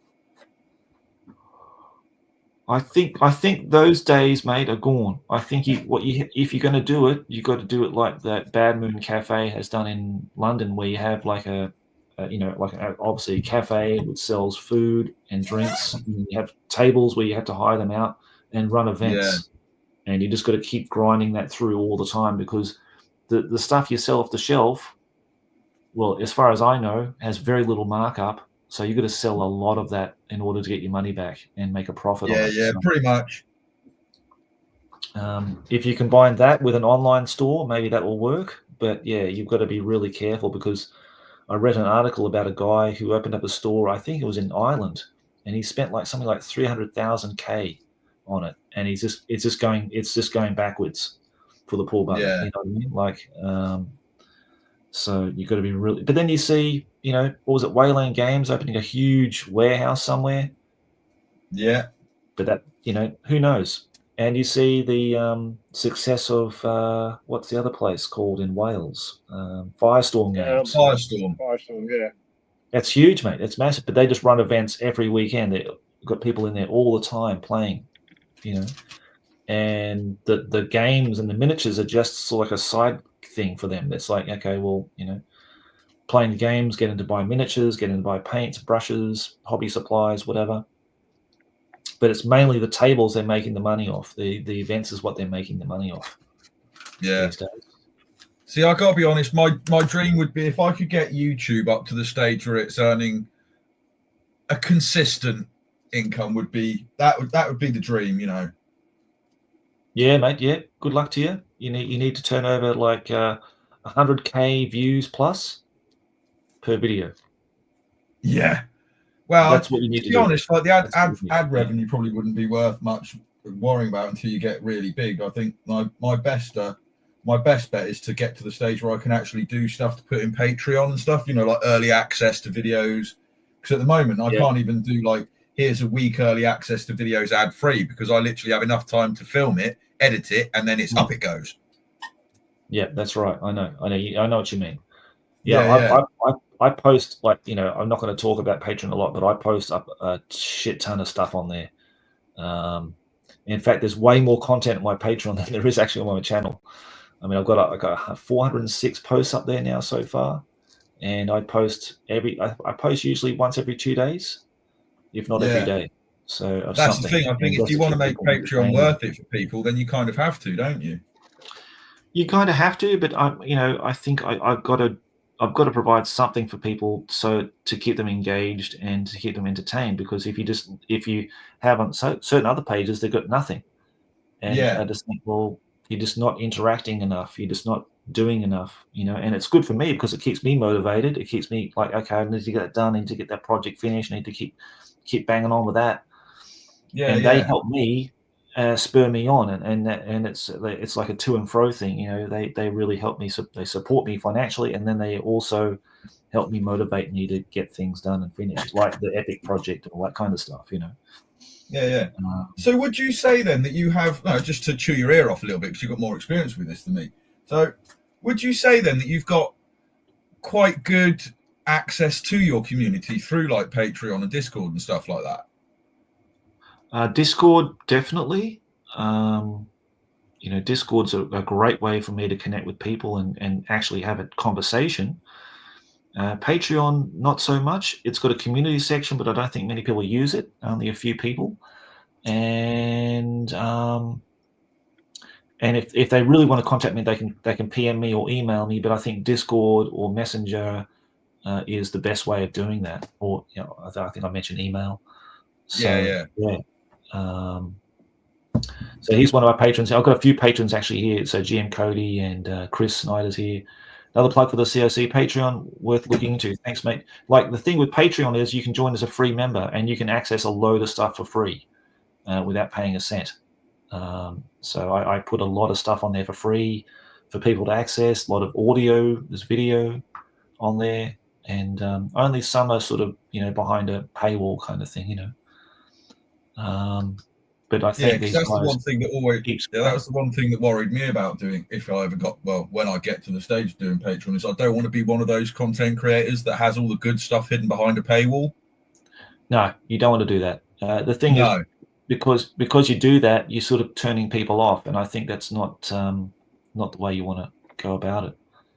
No, that's exactly it. It does exactly that to me. When I look at like some of like the worst ones I've found, at least in the areas that I look at, because I really like scale modelers as well, like people that do dioramas and stuff like that. Yep. And there's a lot of them which put the really good information locked behind paywalls. Right. Okay. Yeah. It's Yeah, it depends on the creator and what they're doing. Yeah, mate. Oh yeah, I mean, if it works for them, but yeah, obviously, it's always something that I've personally wanted to try and avoid. Mm-hmm. Yeah, with Jason and I talked about this a hell of a lot about doing some sort of patron thing, and because I don't have the technical know-how, that's why we ended up setting up like a membership thing, as cheap as we could make it. It was $2.99 a month, but I knew it would bug me is if people are paying like a membership, or even if it's just to support the channel for a month, they've got to have some content to make it worth them doing it. And then Jason and I are really struggling with like, how much do we do as members only and keep it public? And we decided in the end that anything we do for the members, we would do public 4 or 5 weeks later. And it really galls me when I think sometimes we just do something for members only, but then in the back of my head I'm thinking, well, they're paying to support the channel. They need something, and it's trying to find that balance. Yeah. Yeah, no, definitely. Because I feel that because I haven't put a video out for the channel now for like an actual battle report now for 2 weeks. So I kind of feel kind of nervous about that kind of thing. You know what I mean? But I know that the guys know that I'm working hard. They see through Patreon I'm working hard doing stuff. So they know I'm not just sitting back and relaxing and having a good old time. I'm actually working hard to create stuff or do things. So as long as they know you're working hard and doing things, putting out podcasts, making video content, I think people are quite content, and they just trust in you that what you're doing is you're working hard and doing something and making something and creating things, as opposed to just keeping it there just to siphon cash out of it. It's not like that at all. So the thing about the membership thing that for me that put me off initially was that Google take 30% of the takings. It's 40% actually, 40%. So the money that the people that are giving you to support you, well, 40% go into Google's pockets, and I think that's wrong. Oh, right, okay. And on Patreon, the Apple now are doing it now. They're taking 30% for everybody who's using their application when they're joining your Patreon from November this year, which I think is also disgusting considering what a huge corporation that Emma fucker is, Yeah. I tried to keep it clean there. I was going to say an Emma effer, but I said an Emma fucker. I know, I was going to say you dubbed the wrong word there, mate. yeah, he did, didn't he? Oh, gee. Oh, here's Jonny. Here's Jonny. Here he is. Going to join us. Right, guys. How you doing? Yeah, all good. Just getting. I fell asleep putting the kids to bed. Oh, that's good, mate. That's all right. I do the same. I do exactly the same with my boy. Go fall asleep, wake up at 12 o'clock, stay for 2 hours, go back to bed. Oh dear. So thanks for joining us, mate. I really appreciate That's all right. it. It's all right. It's all right. Yeah, I'll be here for a little bit. Have you met Richard before from Bring and Battle? Yeah. You guys met her? Oh, that's good. Didn't we? Yeah. Me and Richard got a little chat going. History, mate. History. That's it, mate. We're all good. We're all friends here. We're all friends here. Yeah. I think I first contacted Jonny through it might have been Instagram or one of the videos he did, and it still floats me to this day that he done a fantastic the egg orc dreadnought. Yeah. And he painted and it was a beautiful yellow, but painted it black to start with. I was like, how the hell has he done that? And I still can't get my head around when people spray it black and then paint it yellow. Yeah.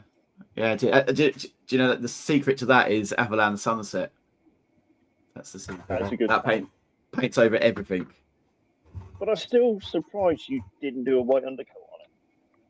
I didn't back then. I do now. Oh no, I don't now. I use a grey primer now, generally. Sometimes white. I've got Where are they? I'm just going to take a quick going to take a quick restroom break and grab a coffee, guys. Yeah, So yeah. Crack on, mate. Crack on. And Jonny, you got to tell us your New Year resolution. You got to tell us what you're working on, and any other questions people have in the chat, mate. Oh, wait until you get back then for that. What did I finish? Where has it gone? Where are they? Oh, I don't know. Anyway, yeah. So I do white primer sometimes, but it's quite rare that I would do that. I prefer grey now. I tend to only crack the white out if it's going to be a particularly bright colour scheme. Yeah, agreed. I think you can get bright colours using grey and then using inks over the top of the colour that you're using. That really brings the vibrancy up without having to use white, because I find white such a hard colour to paint over. You always miss something. You always miss something in a little crack. You're like, oh my God. And you can see it a mile away. Yeah. So, yeah, but you only spot it a mile away when you finish the model and you're holding it back to look at the completed completed one. You go, damn you, bollocks! Yeah. Same as that one little Ricard. I've just seen on this Ricard. I can see some white underneath the gun. I was like, oh. The trials and tribulations of using a white primer, my friend. But you know, it's horses for courses. It's not that white's bad. White, you know, white's traditionally used, wasn't it, back in the early 90s and stuff. Yeah. I think they almost changed. I swear, like sort of Rogue Trader times, they used black and then they went to white and they went back to black again. I think, but I don't think it really matters that much. No, I know. I always used to use black. Always used to prime black. Yeah, and then I don't think I ever actually had the mainly in white stage. I went from black to grey. Yeah, I'm very similar. I use white, like I say, sparingly. Yeah. But in fact, to be honest, the only time I really tend to use white primer, I was going to say the only time I tend to use white primers is if it's either a specifically really, really bright color scheme that I'm going for, or if the bulk of the armor's white anyway. Yeah. You know, like Lumineth, something like that. The new High Elf stuff that Games Workshop do, I'd use a white primer coat for that because they're pretty much all just white armor. Yeah. Well, I did Star Wars Legion one a while. Huh? A bone color. Colonel Billington has posted he uses a bone color primer as a good compromise between white and grey. So that must be rainbow. Which color? He's just got bone color here. So I'm assuming that'll be rainbow. A bone. Yeah. But bone color's apparently quite good for if you're sort of just using contrast and stuff. I mean, I've never done that personally, but yeah, I mean, if it's not. It's really whatever works for you, isn't it? I mean, I find even with black, you can still get really bright colors. All it means is you might have to spend a little bit longer putting layers on top to overcome the black, but you'll always have a slight dull effect to it. And then I suppose the lighter you go, the more stark those colors will become. I was trying to find them, but I primed some Stone Trolls white because I really want them to be like an electric blue. But you know, it all depends on what you're going for. But I find grey is a real nice mid-tone, so you can be either light or dark depending on which way you want to go. Yeah. See, I like you got in the chat. You got Colonel Billington has said that bone color primers sometimes a good compromise, like the Wraithbone GW one. Yeah, and that's a pretty good one. I like Sci-Fi 72 as well. He remembers never undercoating Airfix models when he was like 8 or 9, and he only started undercoating. That's so fucking true. That's amazing. I was going to say, I read that comment. I thought, no, exactly right. Started with Airfix, never primed them. To be honest, yeah, absolutely. In fact, that's a funny story. It's kind of like a funny story. When I first started doing Games Workshop models, my mother didn't want me to do them because the models had lead in them. Yeah. But she never seemed to quite consider the fact that I've been doing Airfix models since I was about 6 years old, using those little pots of enamel paints that came with them, with the enamel thinners. And it's like, I've been using like chemical for painting my models for years, and now you're worried about me eating them. Yeah. I mean, they were the good old days. Jesus, yeah. I say you don't need much undercoat with those enamel paints over there. No, you don't, do you? It's so glossy as well. Do you remember how glossy they were? Oh yeah. So you still get that now. As well. You still get that now in the historical community. Some people in the historical community still use enamels to paint their models to get that sort of tin toy soldier effect. And really? It can look, yeah, definitely. It can look quite good, but really shiny. You know, it gives that like proper toy effect.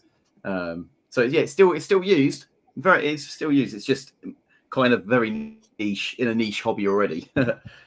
Yeah, I like that. Colonel Billington says they used to say a bit of lead was good for you, or was that tobacco? I'm not sure. I think it might have been cocaine back in the day that was supposed to be good for you. Depends on when you wrote up, I suppose. Yeah. And Jivago H says I only go black for undercoats. Yeah. Oh, bear with me 2 seconds. You know, I think people do definitely like to use the primers that they're used to, the colours that they're used to, really.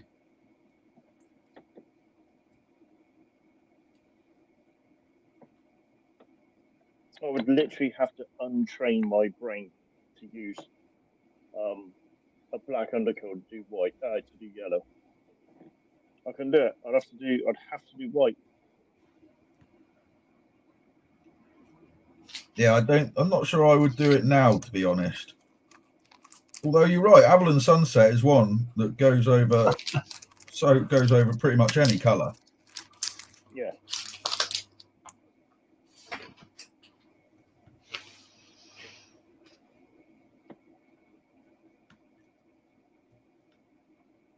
I'm really tempted to try that way of doing yellow where you use like a pink base for it first. Yeah, you've mentioned that. And I was a bit shocked yesterday when you mentioned someone was talking about highlighting that, and you were talking about adding some green to red. Yeah. No, I forget where I heard that. I was watching. I think it's a guy called Chris Bellew. I think that's how you pronounce his name. He paints for oh God, who does he play for? Mini Wargaming. He's their main painter. And I think it was watching a video of his where he said about you can mix greens in with reds to lighten them up, and it worked. I did it with Moot Green, mixing it in with Mephiston Red, and it lightens it up quite nicely. But you don't get that pink or orange hue to it that you get if you mix like yellow or white with it. See, that's what I would have done. I would have added grease to the red, try and bring it up a little bit. Or like you say, a yellow. Yeah, no, apparently, like I think it's because the Moot Green has that yellow element to it, which I think is what does it. I've never understood colour theory. I've never looked into it. But I've got a mate who did colour theory and that lot when he went to college or something, and he was saying there's loads of colours that you can do that with. Yeah, I've got to be honest, I don't know much about colour theory either, even though I did a degree in art. We sort of touched on it briefly, but yeah, I really couldn't really understand it, to be honest.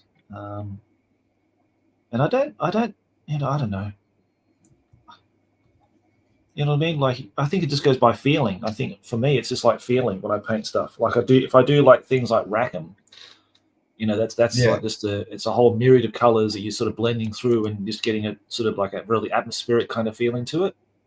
Yeah. Way different than you're doing for like the 90s stuff. It's and I just do that through feeling, basically, just adding greys and browns and stuff into colors and altering their saturation level. So basically, you want to make it really subdued and everything. I think that looks just really cool like that. But yeah, I mean, I don't know. Oh, actually, speaking of paints, yeah, mate. I was going to say, speaking of paints, Josh, my missus was paying attention to the one yesterday. I think it was she was saying, and she got me that. Oh wow, that's wonderful. Way. Yeah, mate. Nice little start-off, kick-off set for Vallejo.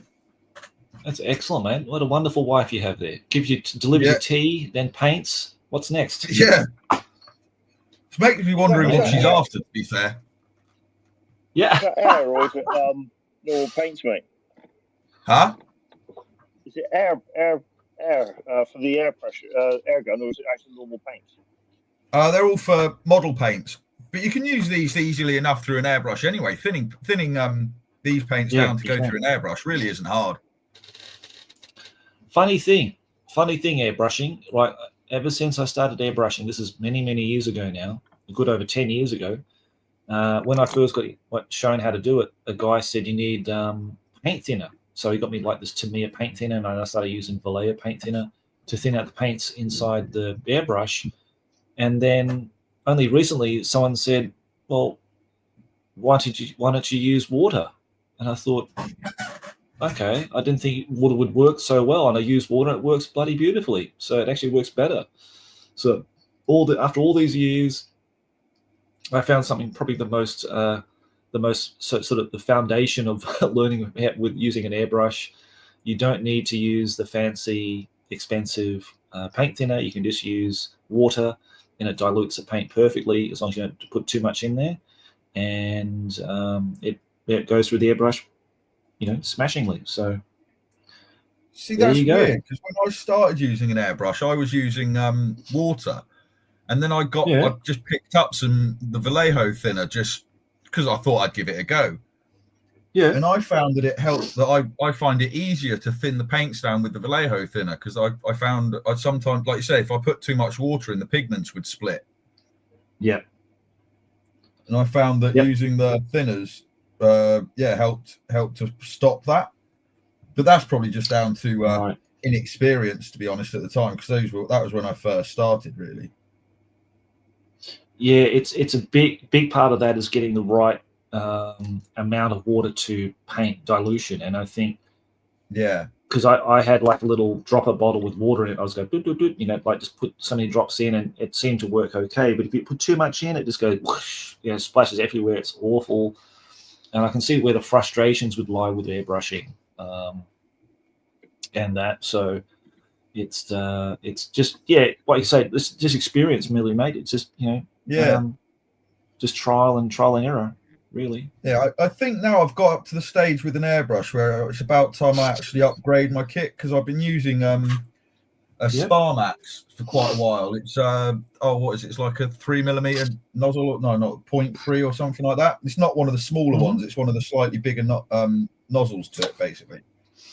Right. And I'm now kind of at the stage where I can start putting a bit more detail into my airbrush work. So I just want to get one that's slightly better one, maybe a bit more accurate, a little bit more precise. Nice. Harder and Steenbeck is the one you want, mate. Yeah, I've heard good things about Harder and Steenbeck.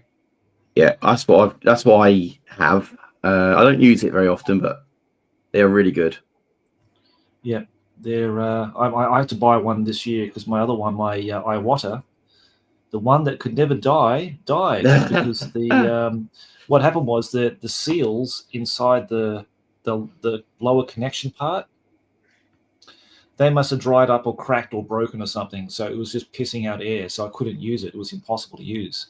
So I looked on some videos trying to find the problem, and I found the issue through that Harder and Steenbeck that one of the CEOs goes through this whole series of videos how to operate an airbrush, like just the fundamentals all the way through to like more experienced stuff. So I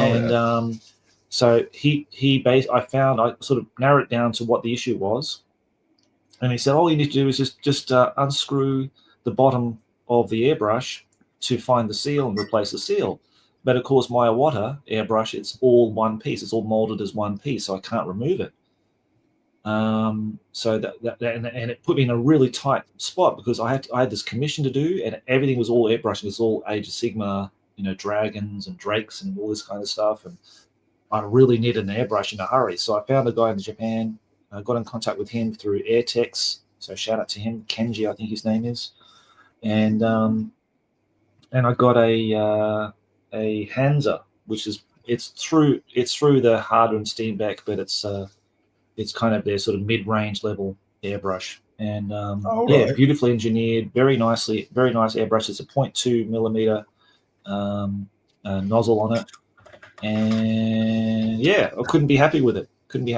It's really good, very well engineered. Yeah, very nice stuff. I would like to buy the Evolution or Infinity series of airbrush, but they're just kind of, they're just to a price point, very, very expensive. Yeah, and if I had the cash, okay, I'd probably invest in one. But at the moment, I don't really need one because I don't use it as much and as often as other people do. You know what I mean?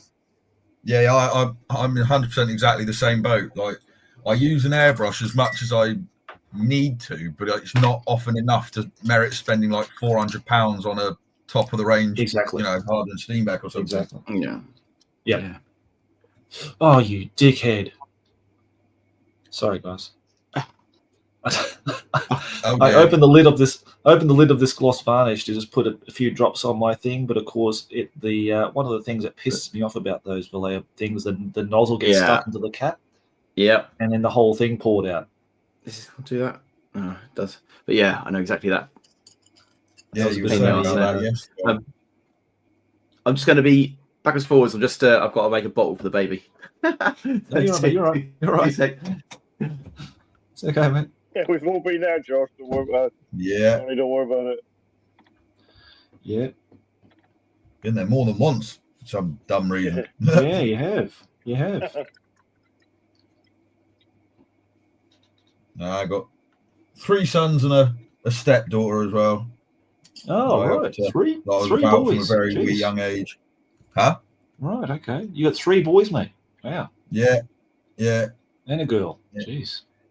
That's a big family. And an older stepson as well at the moment. So I've got quite a varied range. Yeah. Nice. Yeah, all the way from what is he? I think in mid-20s, and my youngest is 7. Mm-hmm. Yeah, good, mate. Well, a big family is a supportive family. So that's what I keep telling myself. Yeah, when you get older and you get grayer and you need help around the house or whatever, then you've got some willing and able bodies there, mate, to give you a hand. Yeah, that's what my brother's doing for my father at the moment, because my old man's now 75 and he's going through some health issues now. This is one of the reasons why I'm not really looking forward to getting old, because all you're doing is just going to specialists and doctors and getting more and more pills and shit like that. Fuck that.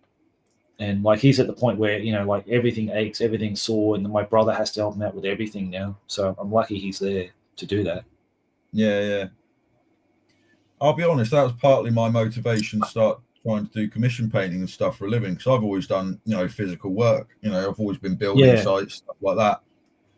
And I'm only in my early 40s sort of thing, but things are already starting to get a bit stiff and a bit creaky.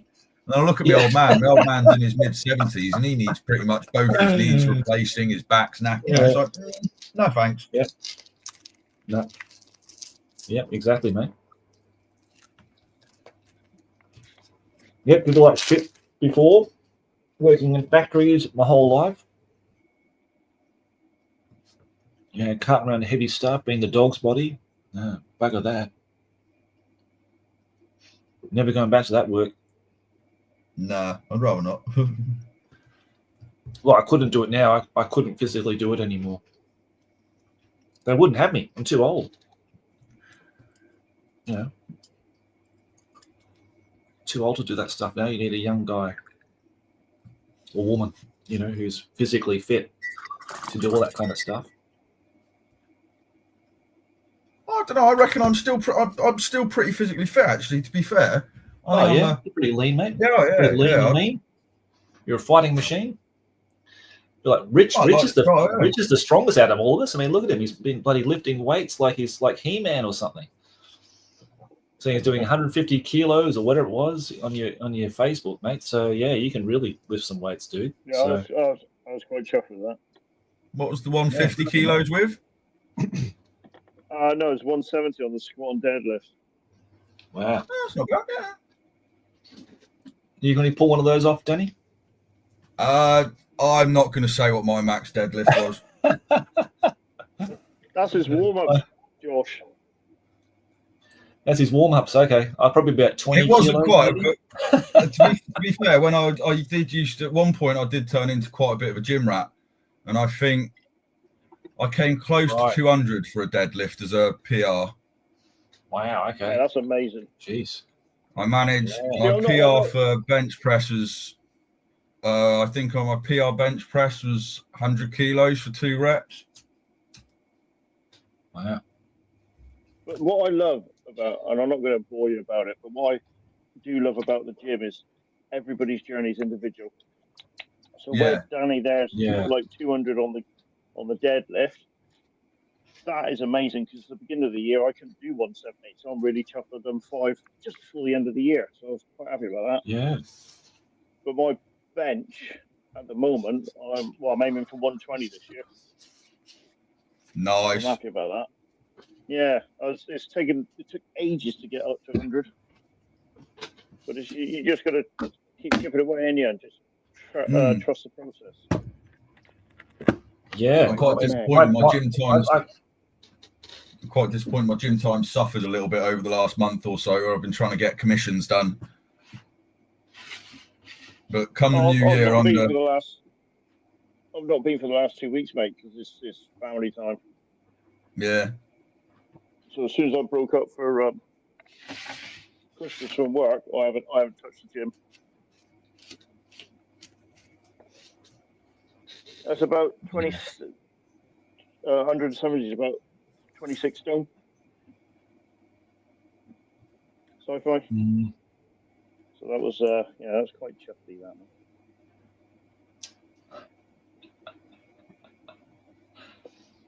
man. Yep. So hopefully, can I speak? Thank you. Hope everybody's in the chat painting and doing some stuff out there. I can't string 2 fucking words together, mate. It's terrible. Josh, when you do your little outtakes, when you're doing your narrative, right at the end, I'm roaring, man. Yeah, that's no bullshit. That's genuine. Like that's me trying to read a script and then stumbling over my own words and then just saying "fuck it," like I've got to do it again. So you can feel the pain. You can hear the pain in my voice when I go through those because I can do it again and again and again. Yeah. But the last video I did, I wrote the entire script for the entire video first and then did it in one whole take, which was better. It was a better process. I'm sort of learning how to do that as well because doing all that sort of stuff is kind of new for me. And but I'm enjoying it. I do like doing those, writing the scripts and making it kind of fun and not too serious. I think that's important. Yeah, I must say I do miss the longer form battle reports that you used to do, but I do quite like the way you do your shorter form battle reports. Well, Danny, if you go to Patreon, you can see longer form battle reports, my friend. I may well be a joining member of your Patreon then. Yeah, like I said, you can join for free. It doesn't cost you a cent, mate. And then you can probably access some of them. And I've just did one for Hero Quest. We got Chris. We've got friend Chris, we've got David, we've got Cameron, and we've got Brian, 4 of my patrons and good mates in the States. And we're doing a Hero Quest right from the very beginning because 2 of the guys have never played Hero Quest before, and Cameron's played it, and I think Brian's played it. Was it Brian? Maybe Brian. had played it before. So it was really nice to show two people who've never played HeroQuest before the game. So as I've recently painted my full set, I thought it was high time that we got this onto the table, and it was one of my 2024 goals, and I did it. Thankfully, I was really happy about that. And I've recorded the last session, so I thought I was going to record these. I'll stick on Patreon so people can watch us playing the whole thing. And I've got some epic stuff on there as well, and a load of Warhammer Fantasy Battle reports on there. So, yeah, if you want those long format ones, I found that Patreon was a great way of doing that. And not to say that, they, that they are better than the ones I'm doing now. I think the ones I'm doing now, as a creative thing, are interesting for me. And I enjoy doing them, even though they're very time intensive. But I enjoy doing them, and it's kind of like a production in a hobby in a way. You know what I mean? You create something that's not. You create an experience and get the feeling of that experience, but in a different way of looking at it. And I quite like doing that. Yeah, the stuff you do now. Sorry, I was going to say the stuff you do now. Sorry, go on. No, mate, I was going to say, but I love watching, not to blow smoke up Rich's bum, but, I like watching his battle reports. I like watching those long format ones where the two guys are just having fun around a games table. And I watch the Dice Hammer guys from Germany. I watch, who else? Old mate Jeremy from One End of the World Gaming doing confrontation battle reports. Really enjoy watching those a lot as well. Yeah. So I actually watch a lot of the old formatted style videos. I just don't produce them anymore. I just do it in a different way, different style. You're trying to find, I think the other thing about YouTube for me is you're trying to do something in your own style. You're trying to do something in your own way. You got to develop your own thing. And that's what I'm trying to do. I'm trying to develop my own thing that's sort of kind of different from everybody else, and I think that's important as well. And you've also got to do things that you want to do for yourself, rather than like falling into that trap of trying to like chase the algorithm or chase the viewers or anything. It's at least for me anyway. Exactly. Yep. Yeah. Absolutely. I was gonna say, like for me anyway. Like I've kind of ended up like doing the sort of editing style that I quite like, and it's quite lucky that it seems to be working fairly well. Yeah, it is, mate. I really like your format of how you present, your painting videos and stuff like that. It's different from everybody else. So that's good. I think you should have your own sort of identity of how you do things. I think it's not essential, but I think it's nice because, in truth, I watch a lot of videos where there's someone just pointing a camera at something and just go click and they just turn it on, they talk for 20 minutes and switch it off. And I find out those kind of entertaining and not everybody. I think it's, again, a cult of personality. You've got to like the person that's presenting the stuff that you're watching and listening to. So that's a big part of it too. And a lot of factors go into it. But I suppose at the end of the day, it's just down to personal preference, what you think is entertaining, what's worth your time, GM Cody, he does a lot of role-playing stuff. I'm not a role player, but I sometimes watch his things that he does on his channel. Just out of curiosity, or just having something in the background to listen to, and as I paint and stuff like that. So, but I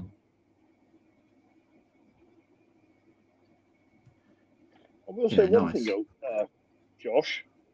Mate. I've got obviously the wrong idea with Patreon, because you're saying a lot of your stuff on there is free to view. Well, you can I thought what you do. Patreon. Okay, let me show you my Patreon.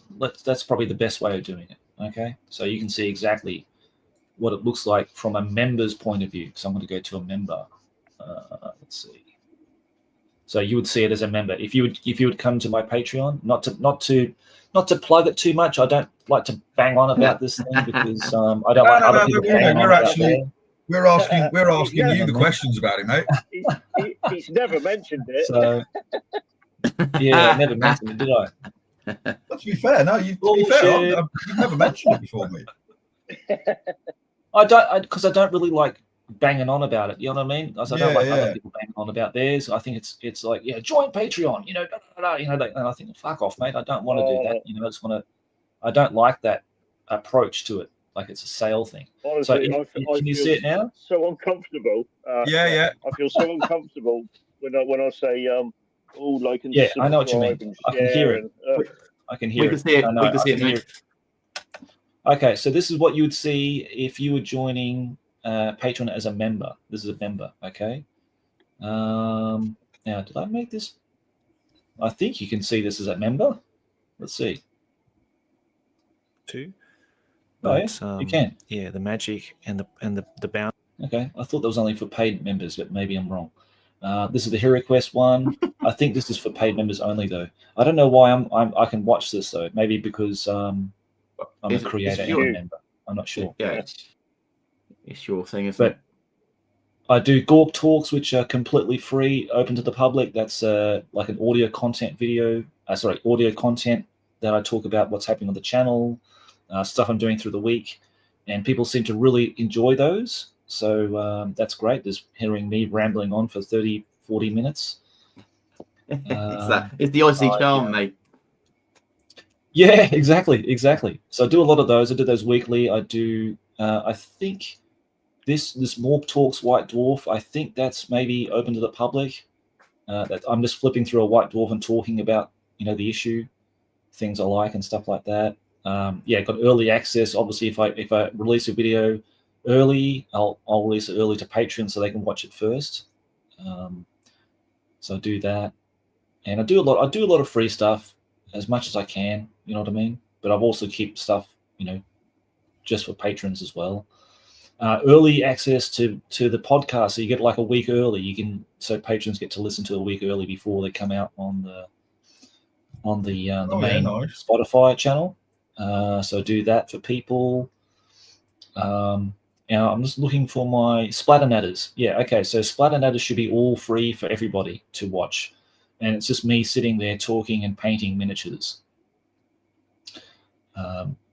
Me doing my Empire.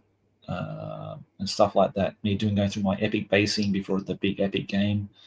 Like I said, there's loads of content on here you can access without even paying a cent. Like I said, I never put a gun to anybody's head to say you got to join Patreon because otherwise I'm not doing this or anything like that. It's somewhere that people can go ad free. Like there's no ads, which is beautiful. It's not controlled by some conglomerate, that's putting meta bullshit in your face all the time. So I like that about Patreon. So it's a good safe space to engage with other people. You've got a community section here. We can probably access that.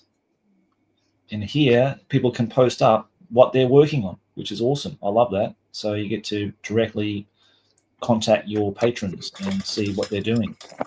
There's old Matt with his glass of whiskey. And David's posting up some wonderful stuff on his Epic project, which I really enjoy seeing. He's a really good painter, and I love his photographs. There's Matt with all his drinks. It's me with my drinks. There's some Night Goblins, my beer. So my Christmas stuff. And yeah, it's good. It's a good way to contact your patrons and keep them in the loop with what's going on, and also seeing what they're doing. That's really nice. That's why we got it there. And that's really it. I don't think there's really much else you can really talk about Patreon, really. I mean, it's free to set up. I would give it a go, and see what you think. Yeah. So there you go.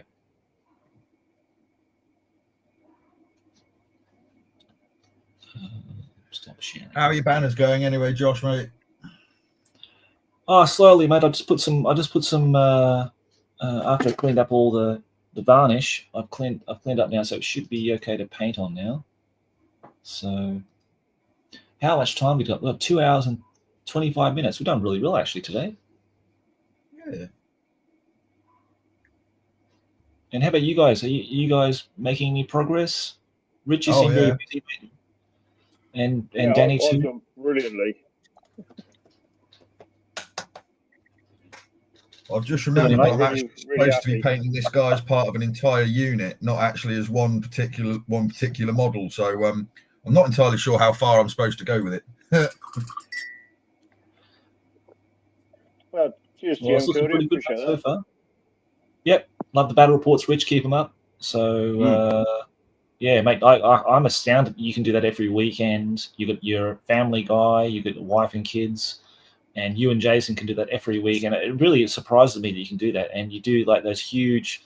And I gotta say, I love the live streams. I love the live streams. You guys just chatting, drinking tea, eating hobnobs, chocolate ones. Well, that to be fair, They're fun. I really like those. Jason's idea. I wasn't 100% sure or sold on it, Oh, right. and because it's surprising how uncomfortable you can be in front of the camera. Mm-hmm. And Yes. he said, "Well, why don't we try that for just a half hour?" I said, "All right, half hour then. We'll do half hour." Yeah. And then, Half hour, my ass. Time flies, doesn't it? Yeah. Right, they're marathons, mate, those things. Richard, I was in stitches on that one about the teabagging. Oh my god, that was a classic. I was in stitches. I was on the floor rolling around. That was so that was good. so funny. I watched it twice actually. It was so Oh. funny. I loved it. Yeah, it was I great. showed my missus. She was like, "You're mental." I don't think I've laughed so hard for a gaming YouTube. Me too. Top Me 10. too. I laughed a lot. That was very funny. It's just you couldn't stop laughing. It was just But contagious. It was seeing Jason almost like buckling over and coughing amazing. in laughter. That was really funny to see. So good, so good. Because I deliberately didn't tell him about the name of the tea bags or the flavour. So good. Well, he could be shocked like you lot, and I was roaring at Tesco's like a little kid. Yeah. Oh, Well, I'm glad I'm bringing you some joy and laughter into your life, mate, because laughing is the best medicine in life, I think. This is it. This is the epic stuff. Rich, here you go, mate. This is what I'm up to. The Marines. Started on the Marines. Wow. So it's got to do all the basing now. So, yep, got to do the basing. All the vehicles got to do. So it's only early days yet, but I've started on it, mate. So we've got to motivate each other to get through all our epic stuff, because it is a bit of a long slog, but it's really rewarding when you get it done. So good on you, Rich. I'm really happy you're doing it, mate. What do you think of Chris talking about an epic painting challenge then? Yeah, I think that's a good idea. We haven't done it yet. You know, we should do it. Question for you, Josh. Right? Yeah. When I paint them, I paint them individually on a little stick and then stick them onto the bases. Do you paint them all in the 5? Oh, yeah, I do, mate. Yeah, I wouldn't go to that level. I mean, I've seen it doing. I think it's a good way of doing it, and I think that's a good approach of doing it. But for me, I'm trying to get through them as quickly as possible. Yeah. So, you know, I'm not going for minute details. You know, I'm just going nor am I. I just find it hard to get in. Sometimes you just want to put a bit of metal for a bolt gun or something, and I find it hard. You can't get into it because there's a guy in the way. With the exception of the warlocks, the Eldar warlocks, I'm going to do those like that, do them individually because they're so detailed. They've even got even the little sash bag around their waist and stuff like that. Yeah. So yeah, those I'll do like individually, but all the other guys I just did on the base. Yeah. Okay. Yeah. No, it makes sense. Yeah, that does speed things up. So what? Do you paint the base first and then screw them on, or do you paint the base after? I paint the base after. Yeah. So I just paint the base all green first, and then I'll sand it, and then let that dry, and then go over the top of that with paint and dry brush it. Right. Okay. Yeah. Like you would on a normal. Yeah, like you would do on a normal model. Yeah. Exactly. Yeah. Nice. Rich, I gutted I missed the 40k day. If you could make it with your Howling Griffin, awesome. that'd be awesome. Yeah. I know. The missus was away, so I couldn't get down. Yes, But maybe this coming year, if it's happening again, Awesome. I'll it's happening. I'll get the Howling Griffins down. I think it gets bigger every single year, doesn't it? So far, well, it's only been doing 2 years, but it's got bigger bigger this year than last year. And it will be bigger next year as well. It's great. Yeah. We reckon we can squeeze in an extra 1 or 2 tables. Yeah. And that should be it then. We'll be at capacity then. Is it just for fun? Is it competitive? No, it's just for fun. Fun, mate. Yeah. So you just turn up, have a game, have something to eat if you want to eat, or crack on with another game. There's no time schedule or anything like that. You just get as many games in as you feel you want it. Nice. Although I have had the idea for next year's, I've discussed it with Rich. He has announced it on that Facebook group, wasn't it? I was because we did a little painting competition this year. Yeah. And I was thinking, I didn't win. and I did judging for it, but I was a bit disappointed with how I did it. So I was thinking for next year, I'm actually going to do properly first, second, third places. Make sure everyone they have to say that we're going to enter this, so I know who I'm looking at, and I'm actually going to put up prizes for first, second, and third, and do it sort of like a sponsored by Nostalgiahammer Hobbies painting competition. Yeah, good mate. It's like we're not talking anything amazing, It's not like I'm putting up the Metal Thunderhawk for first place or anything like that, But yeah, just like a little something because some of the paint jobs that the people are doing are absolutely amazing. It's kind of like imposter syndrome a bit, trying to judge some of them because it's like really like that's quite good. Nice paid armies there. A friend of mine, Matt Blight, went down. Did he? I think he did quite well in the paint. Okay. I think he did quite well in the painting competition. The Matt, big fella. Did he have the Chaos Cultist? Yes, he did. Yeah, he won best themed army. Best themed army. Oh, cool. Yeah. He turned up and the sat nav took him the wrong place, so I went down to park up. Yeah. And he goes, I haven't played for 20 odd years, so all right, I'll have a game with you then. And he kicked my ass. Oh, cool. Oh yeah, he's a bloody liar, mate. I tell you what, he's a bloody liar, is what he is. Played. You're laughing, yeah. Yeah, it's funny. It was a great week. Oh, I don't know what I'm doing, and my guy destroys your guy. Okay, yeah. Thanks, Matt.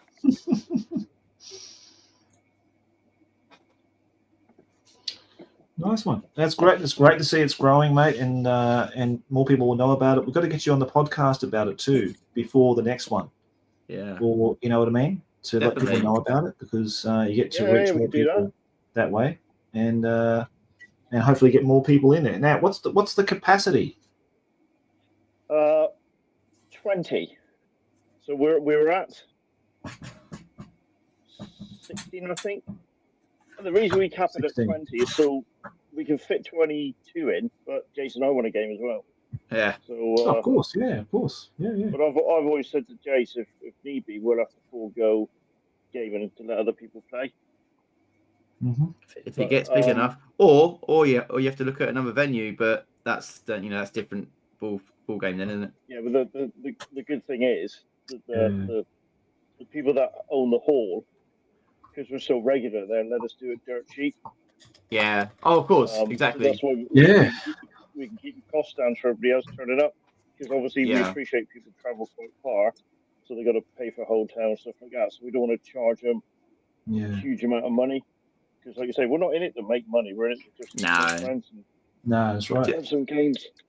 Does the hall let you keep all your boards and stuff there? Do they? No, we take it home every night. Bloody hell! Oh, so, really? When we set up for the weekend, we can. Right. But otherwise, we don't keep anything there. But they're pretty good. They're pretty understanding. Yeah. So much so, a guy who does a lot of Kings of War, he's opening a gaming club on a Friday night, and Spoke to her about it. It gets extra money for the Scout Hall, so they're happy about that. Nice. There's going to be a gaming club on a Friday night now, which is cool. Yeah, that's great, man. But yeah, Howling Griffins, Johnny, if you can. That'd be I'll try and awesome. bring. I'll try and bring the orcs as well. But I need to finish them. I've got loads of bad moons here to do. What have I got? I'm really been off of 40k for a little while, and I've obviously been doing a lot of fantasy stuff. But I've got quite a few bad moon things to do. So I've got the old. Let's see. Can I get any light on that? Let's see. Is that guy familiar to you guys? Which guy, mate? Oh, yeah, I love that guy. He's my favourite. Yeah. Oh yeah, Yeah. he's awesome. I got him to do. They like normal boys, sort of haircutty ones, and then the moon capped ones. I think these were always my favourite I love those guys. models as a kid. Just Some of they those never did things. another. I don't ever understand why they never sort of followed that theme on for the bad moon. So I love that. I got a load of them. Oh, I got a shot attack gun to do. So I've got quite a few things. To crack on with. I've got a giblet grinder for Epic to do. Nice. You got one of these, Josh? I bet you haven't, yeah? I would imagine. Giblet grinder, yeah, I got one. Yeah. Love those little guys. Little, it's got the little house roof tile thing on the back of it. I love it. Yeah. Yeah. What did you paint yours as? A Bad Moon one or No. Yes, it was Bad Moon. Yep. I recently touched a lot of those up for that video we did for the Epic one because I painted those a while ago and it was just black and yellow, so I put some red on there as well and just sort of tied them up a little bit. You know what I mean? Just to make them look a bit more flashier. Yeah, I enjoy doing that. So, and the battle way and the warp head. What's warp head? No, Weird Boy Tower and all that kind of thing. Yep. And painting all the boys their heavy plasma barrels red and stuff like that. So yeah, I enjoyed doing that. It was nice just to give a bit more lease of life. And I've got this weird boy. Oh crap! What is that? This weird boy. I don't know if you can see that. Yeah, got that guy too. Yeah, cool. He's my favorite. I think he's my favorite weird boy. He was in that battle report I said was my first battle report. That's the model they used. Right.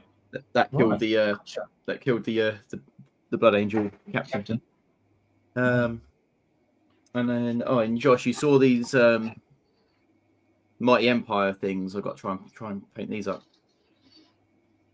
Oh, the pirate ships. That's a set of infantry. That one. This is for that's right. Mighty Empires. Yeah. So I want to try and get that all painted up, so I could maybe one day use the campaign system. Yeah. Well, who's doing that? It's my mate Planet Tobor TV. He's doing that. He's got Mighty Empires, the Warhammer First Edition roleplay book, and what else was it? I'm sure he had three different things. He'll tell me in a minute. He's on the chat here. But they're doing it together wherever I think they're doing it remotely together, which is nice. Maybe the Siege book as well or something. I don't know. Yeah, but that looks like a lot of fun. You know. Yeah. So I wouldn't mind having a good game of that. You asked me earlier about what my New Year's resolution is for the gaming. That literally is to play more games.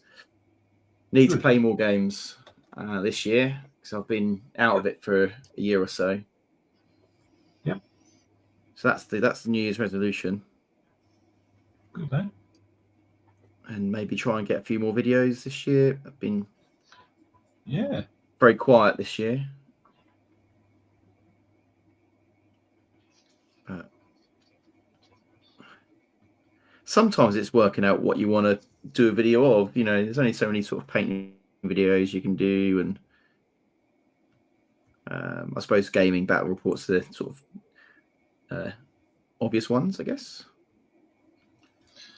Yes, I've been thinking about that too. Just recently, about I know I put a lot of production values, like time in doing editing and stuff like that. But I sort of want to get back to doing sort of the older school type ones, just hobby ones as well. Yeah. Just little updates. I enjoy watching those. So why am I not making them? So I think I'm going to go back to doing some of those. So it's not always constantly battle report. It's like, okay, this is the project we want to start. Like, for example, I'm doing the Empire Army. Let's have a look at the Empire Army. That's what I've got so far. Yeah, definitely. This is the goal. This is the goal we want to reach. Also, they're cheap videos. That, like, in terms of time, you don't have time. Spend, I just don't have time now to do it. A lot of that. Yeah, you don't have the guys know that. So you don't have to dedicate yourself to all the editing and generally a couple of takes and you'll get probably most of it. So that they're nice little wins. They are definitely. Yeah, so I might do a video today, mate, for cool. For Dwarfsember. Because there's one army I've never really showed off is my dwarf army, and I think that's a shame. So I'm going to show off what I've got so far and what little remains to be painted left. You can say, has it grown since? Because I remember you doing a flyby of them on probably one of your earlier videos. Has it grown since then? Have you added more units to it now?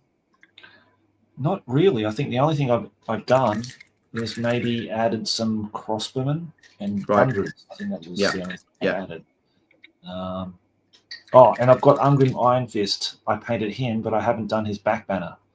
So I was kind of holding off this video all the time, thinking, I won't do it now until I get everything done. But then, when that's going to be, so I'm just going to do a video for it and just say, like it said, like, this is the project. This is where I want to get to.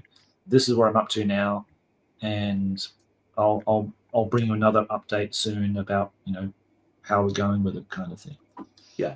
So that way, I'm just creating content. Hopefully, it's entertaining people.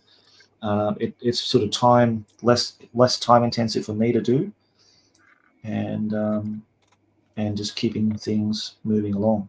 But these live streams are fun too. I really enjoy doing those, and we've got to cover Danny's first White Dwarf. Yeah, as well. I love doing those as well for people. They're great. Yeah, I've always liked watching them, to be honest. I've always loved doing those, mate. I really like that. It's bringing their story, like in a podcast, about their first White Dwarf. Everyone's got a different story, and I like that. Yeah. No, on your podcast, that's my favourite subject, is when you interview someone, where from whatever background that might be. It's always really interesting to hear what people got to say about the hobby, how they got into it, and all that kind of stuff. Because everyone's a big majority of people fall into it through like hero quests and stuff like that. But some people have some really crazy ways of falling into it, don't they? So it's always good to hear that.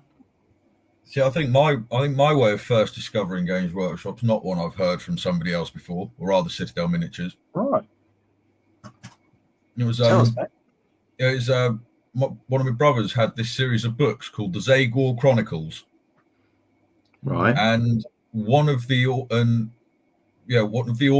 of the Zagor Chronicles is, I forget which one, but it's one of the guys who originally started Citadel Miniatures with all like the Dungeons and Dragons and everything, because they did some of the fantasy writing, didn't they, back in the day or something? Oh, they did, yeah, they did. Didn't they do a lot of the role play books where you go turn from this page to this page? And yeah. Brother had a lot of those. But it was the Zagor Chronicles that my brother got. It was basically fantasy, and it was very like, now I know what Warhammer Fantasy is. I can look back on that and realise that it was so much about that. You had a barbarian, a warrior that was a good guy as well. You had a female sorceress and an elven sorceress that were all part of a team, and they had to go against this demon called Zagor. Anyway, at the back of the books, it advertised combat cards. And we found them. We always, we knew top trumps at the time. So we saw those. Oh, let's try these. so we got the combat cards. We used to play them like top trumps, and in the back of them they had the leaflets, didn't they? That was like a £5 postal order. Send that off, and you'd get a free plastic model. I believe it was one of the old red-handled paintbrushes, and I think you got a pot of paint as well. I think, but I can't quite remember. And yeah, that was my first model that I got, and that was a plastic Chaos Dwarf without the shield. Danny, sci-fi say either Jackson or Livingston. Do you know? Can you remember which one? Livingston, I believe. Actually, there you go. I think it actually was. That one rings the bell. Problem is, I've been trying. I asked my brother if he still had the books. I mean, this was grief. I was 13 when I finally discovered like games work like Warhammer 40k Second Ed, and this was before then, so I was maybe 10 years old. Yeah. You're talking like longer ago than I'd like to admit. You guys. You were 10 years old when you found Second Ed. No, I was 10 years old when I had the book. I was about 12, 13 when I discovered Second Ed. Does it make me feel any better, mate? Oh, Rich, this will beat it, mate. Like, I was at work one day, and I'm behind the computer, and on my screensaver, I had the Hero Quest box art. You know, the what's the guy's called? What's the guy's name again? Is it Dave Gallagher or something? No, not David Gallagher. Oh, geez, my memory's failing me. Anyhow, I had that on my screensaver, and this young guy walks up behind me, and he goes, "Oh, yeah, I remember seeing that. That's like my father. My father plays those games, and he plays Necromunda and Mordheim." We started talking more about it, and I thought, geez, I mean, this his father's my age, but he's already 20 something. Out of university, working in Japan here. It's really funny. So, yeah, made me feel really old then. Well, that's the thing. When it was Second Ed's 30th birthday, wasn't it, last year? So we had a student, part-time student, and she said, "I'm doing my history dissertation." I said, "Yeah, I like a bit of history. What period?" She was, "The 1970s." Oh God. I died. I literally died. The 1970s was a history dissertation. I was like, Jesus Christ. You know that scene in Saving Private Ryan where it's Matt Damon, then goes to that old guy? That was me.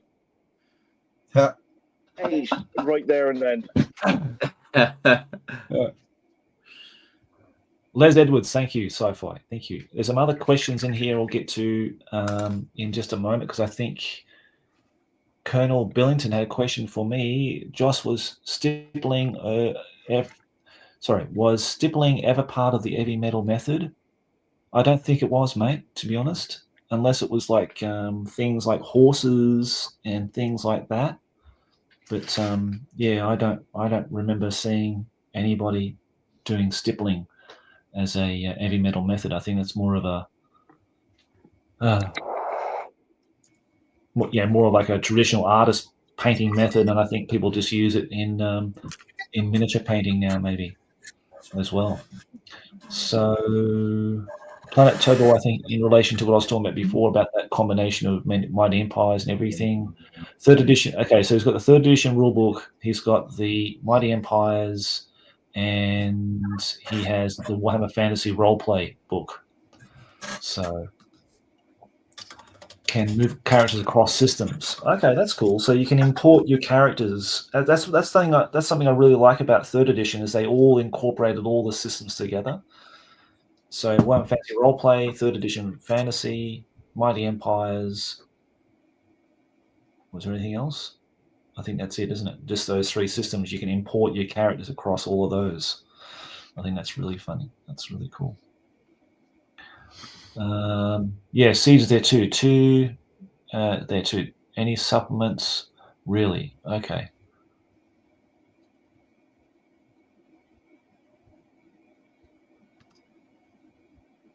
Okay, there's a table to move across Warhammer Fantasy Roleplay, first edition and third edition battle, back and forth. Wow, I didn't know that. Right. Okay. Cool. So that's interesting. You can import your Warhammer Fantasy roleplay character into third edition fantasy battle. That's nice. You don't see that very often, do you? No. Probably leads to loads of arguments, of course, and breaking the game. But it sounds fun in principle, though.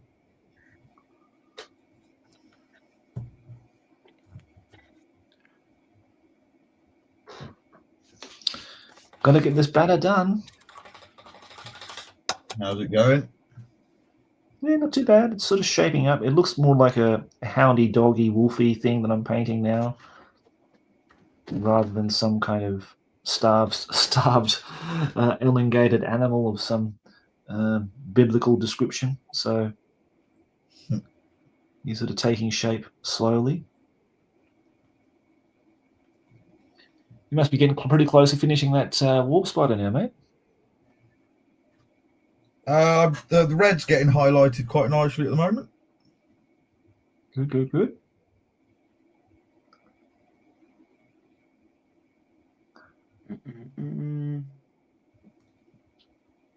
He's looking nice and bright.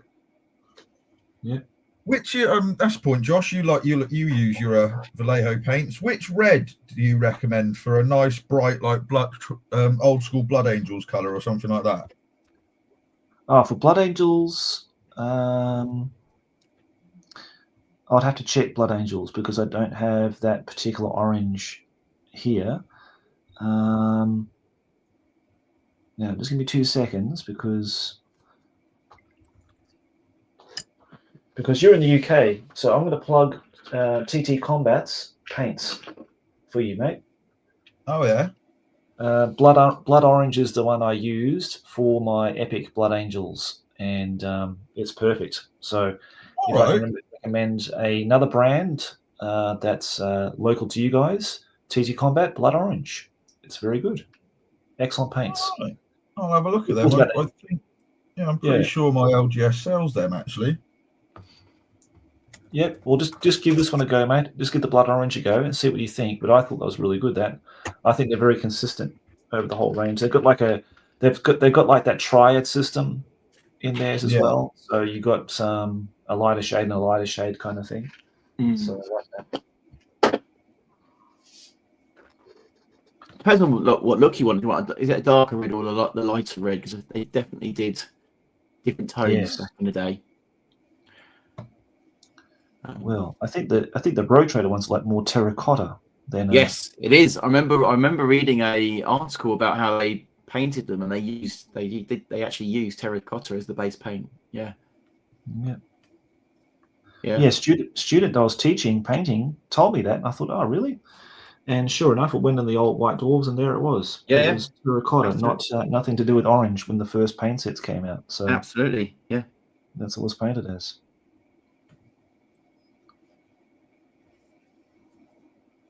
Yeah. So it does depend what look you're going for, Danny. I assume probably the traditional sort of more orangey red colour, I'm guessing. Oh, what, for the Blood Angels? Yeah. I'm trying to find that real traditional, like second edition orange, slightly orangey red. And that's what I'm trying to find.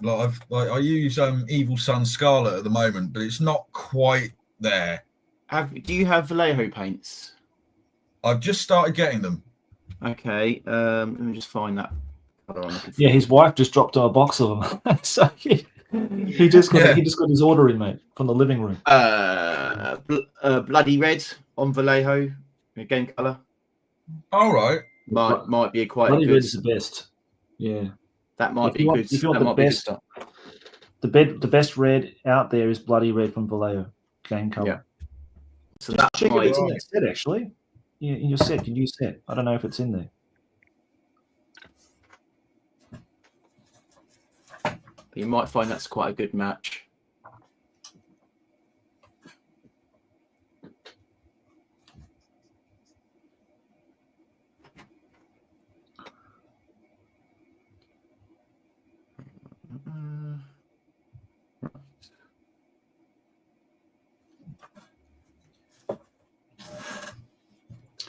Rich is very quiet there, so he's very intently painting those epic models. Actually, I've got a question for Rich. Actually, Richard, I've got a question for you, mate. I'm not painting epic anymore. Aren't you? Oh, you bugger.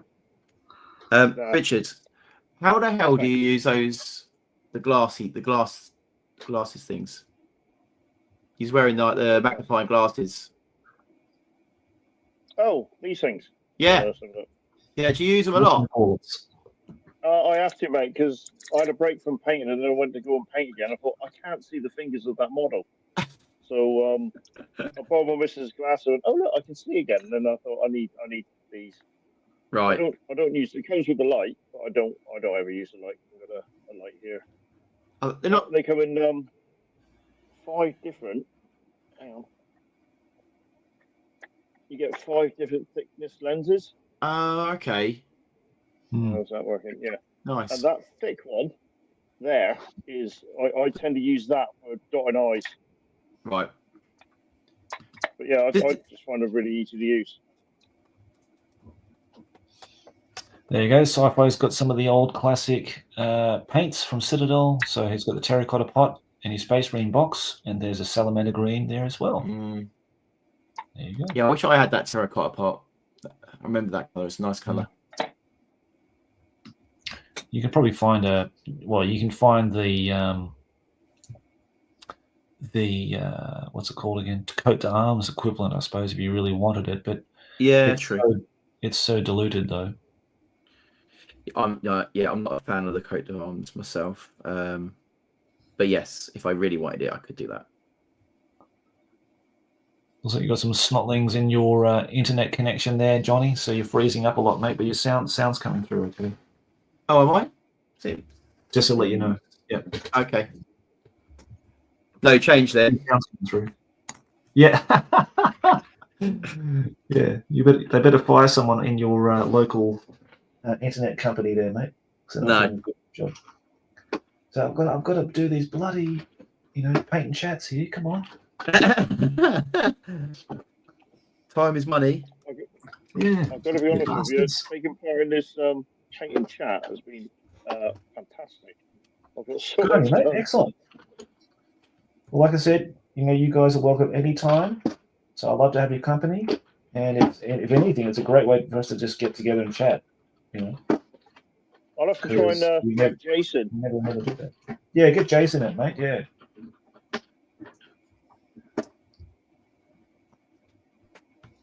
Because he's got plenty of models to paint. I mean, he's got no excuse. He's got like thousands of them, hasn't he? Yeah, just a bit. Richard, out the two of you, Richard. Out of the two of you, who's the painter? Who's the one that does the most painting? Shit, you're looking into little dangerous territory here now. Right, I'm gonna, because you'll see this anyway. So I'm gonna say, Jace does the most painting. Yeah. But that sounds like a but. Without sounding like a complete bastard, I do slightly higher quality ones. Oh, you bastard! Yeah, I went there. Yeah. But to be fair, though, Jace just bangs out loads of models, but that's not it. The main thing, his ability to knock out terrain is phenomenal. Right.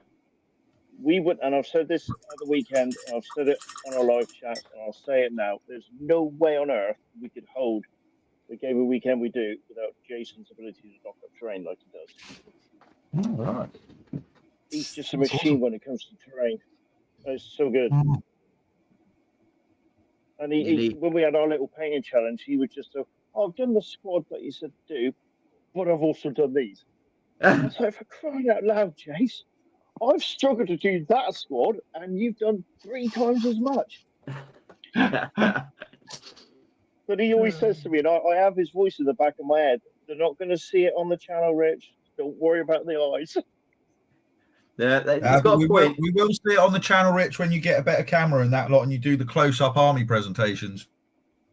Look at that. Now that's an interesting point about. We're due of with only close-ups we're due, Danny, will be of your models.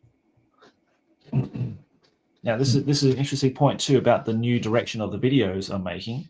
Is that what I'm doing is because before it's always really zoomed out that you couldn't really see the miniatures. Now it's really zoomed in because my job really is to paint miniatures for a living. I've got to showcase the models. I've got to showcase the miniatures, and through that I've picked up clientele through that process. So that's been really good for me in that I can highlight the models because let's face it. The most likes you get through pictures on the internet are the models. They don't really care about the game so much. I think the game's secondary. It's the miniatures they want to see. It's the nostalgic paint jobs they want to see. The gaming side of things is kind of not really all that important to a lot of people anyway, because they're sort of moved on and they've gone into other editions. And they just want the miniatures to be the highlighting nostalgia part of it. Sure. Yeah, it makes sense. Obviously, like you say, you've got to use it to sell yourself. That's what you're doing. It's really a marketing tool for the painting studio. Yeah. For sure. If anything. I think it is true. Like people do from my own personal point of view, I actually really do like seeing the close-ups of the armies before the game starts. Just because you can't see them that well. You see them well enough. You can do like close-ups during a game, but they're not the same as having like real nice up-close video or images of it before the game actually starts. And I quite like that. Mm-hmm. Yeah, well, we tried. I still maintain, Rich, that your armies. There's nothing wrong with having nice close-ups of your ones, things like that. It's not like they're not like terrible. No, to be fair, they're not. That was kind, Danny. I was trying to think of the best way of putting it. There's nothing wrong with your armies. Like, put them on. Danny's got to sell his painting service. Danny's got to sell his painting service as well. We can't make you sound like you're brilliant. Yeah. But when we what is the other thing is we've discussed about thumbnails and stuff like that. What draws the eye? Yeah. And we're of two minds on this. I'm thinking like seeing the armies displayed on a board, even if it's just a setup shot. That's a good idea. I scroll through and think, oh, look at that. But Jason's of the opinion, like, well, you can see the army. You think, well, I wouldn't use that. But if you've just got a picture of like the codex covers, people are going to click on that to see what it's all about, and that can help with the algorithm and the clickbait stuff. So we're a bit, even iron over that at the moment. I'm only just really trying to work out how analytics works, to be honest. It's kind of hard to work out what works best in some cases, isn't it? Yeah. Well, my daughter said, Dad, look at your analytics and then work out where you get your best views and then post the video then. I was like, well, what?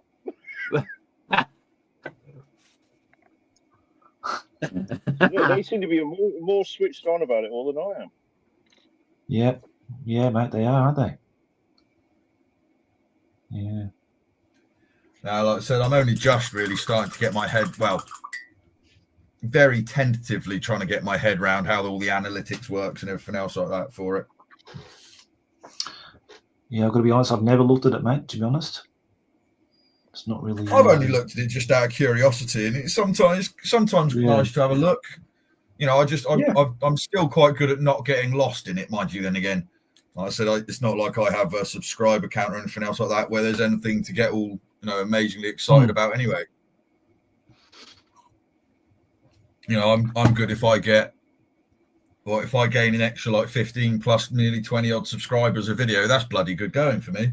That is going to go in, to be fair. Yeah, it's good timing for a bit of a shout out for Danny's channel. That's Nostalgiahammer Hobbies.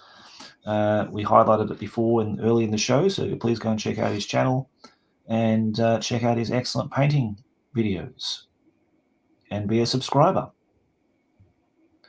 because you'll see the what they call again, warp spiders coming at some point in the future as a video. No pressure, Danny. Well, we've. No, no. Well, That's we- right. That's we what I'm have practicing, got- isn't it? That's it. You're I'll be practicing, using mate. your I'll be using your high current soon as well, Danny. Nice. That you did for me, because I've got to go against Jason's Cool. Imperial Guard. Fire off that Barb Strangler. Well, I'm thinking about it, but if he takes a bloody Sentinel strong list, it won't do much. So I might have to say it's armed with a Venom Cannon. Because that list he suddenly turned up with all those bloody Sentinels. So I was like, ah, what the f is that? Why didn't you use that from the start? When he took how many Sentinels has he got? 6 or something? 6. Yeah, crazy. Yeah, that's 6 assault cannons, mate. That hurt. Yeah, that's terrifying. I mean, Paul took 3 to the last game we played, and yeah, they're really hard to contend with those things. But the thing is, right? 6 is, yeah, In that game you had, was it you in charge of the Orcs? yeah, You landed that pulsar rocket perfectly. yeah. And I thought, I've got a pulsar rocket. Yeah. I'm going to land mine perfectly. No, he outflanked a bloody hellhound and torched the lot. I do have a knack. cold shivers. I do have a knack with that thing, and I have a knack with that shock attack gun. Every single time I fire that thing, it tends to hit something. So I'm very happy with that. I had the worst game against that army. I must say, actually, that's what I was going to say earlier. I've got a whole load of orcs, like Jonny was saying about having some orcs to paint for himself. I've got a whole load of them to paint that I got them in exchange with our mate Simon Rich. Oh yeah, you're saying. Yeah, got like shock attack gun, got Gazgul and his mate, got that character runt herder, Nice. some Death Skull looters, some Meganobs, and was it bad Meganobs as well, and the old like Mega Armor sort of thing. But that's what for else is Simon's there? Orc Army, isn't it? Huh? That's going to be for Simon's Orc Army, isn't it? Yep. Yeah. It's all stuff I'm going to be doing for videos as well because they're really lovely models. Like there's one of the Rogue Trader era orc bosses in Mega Armor. I'm really looking forward to getting my teeth into. I think I gave him that one. I gave him a bunch of orcs I wasn't going to use.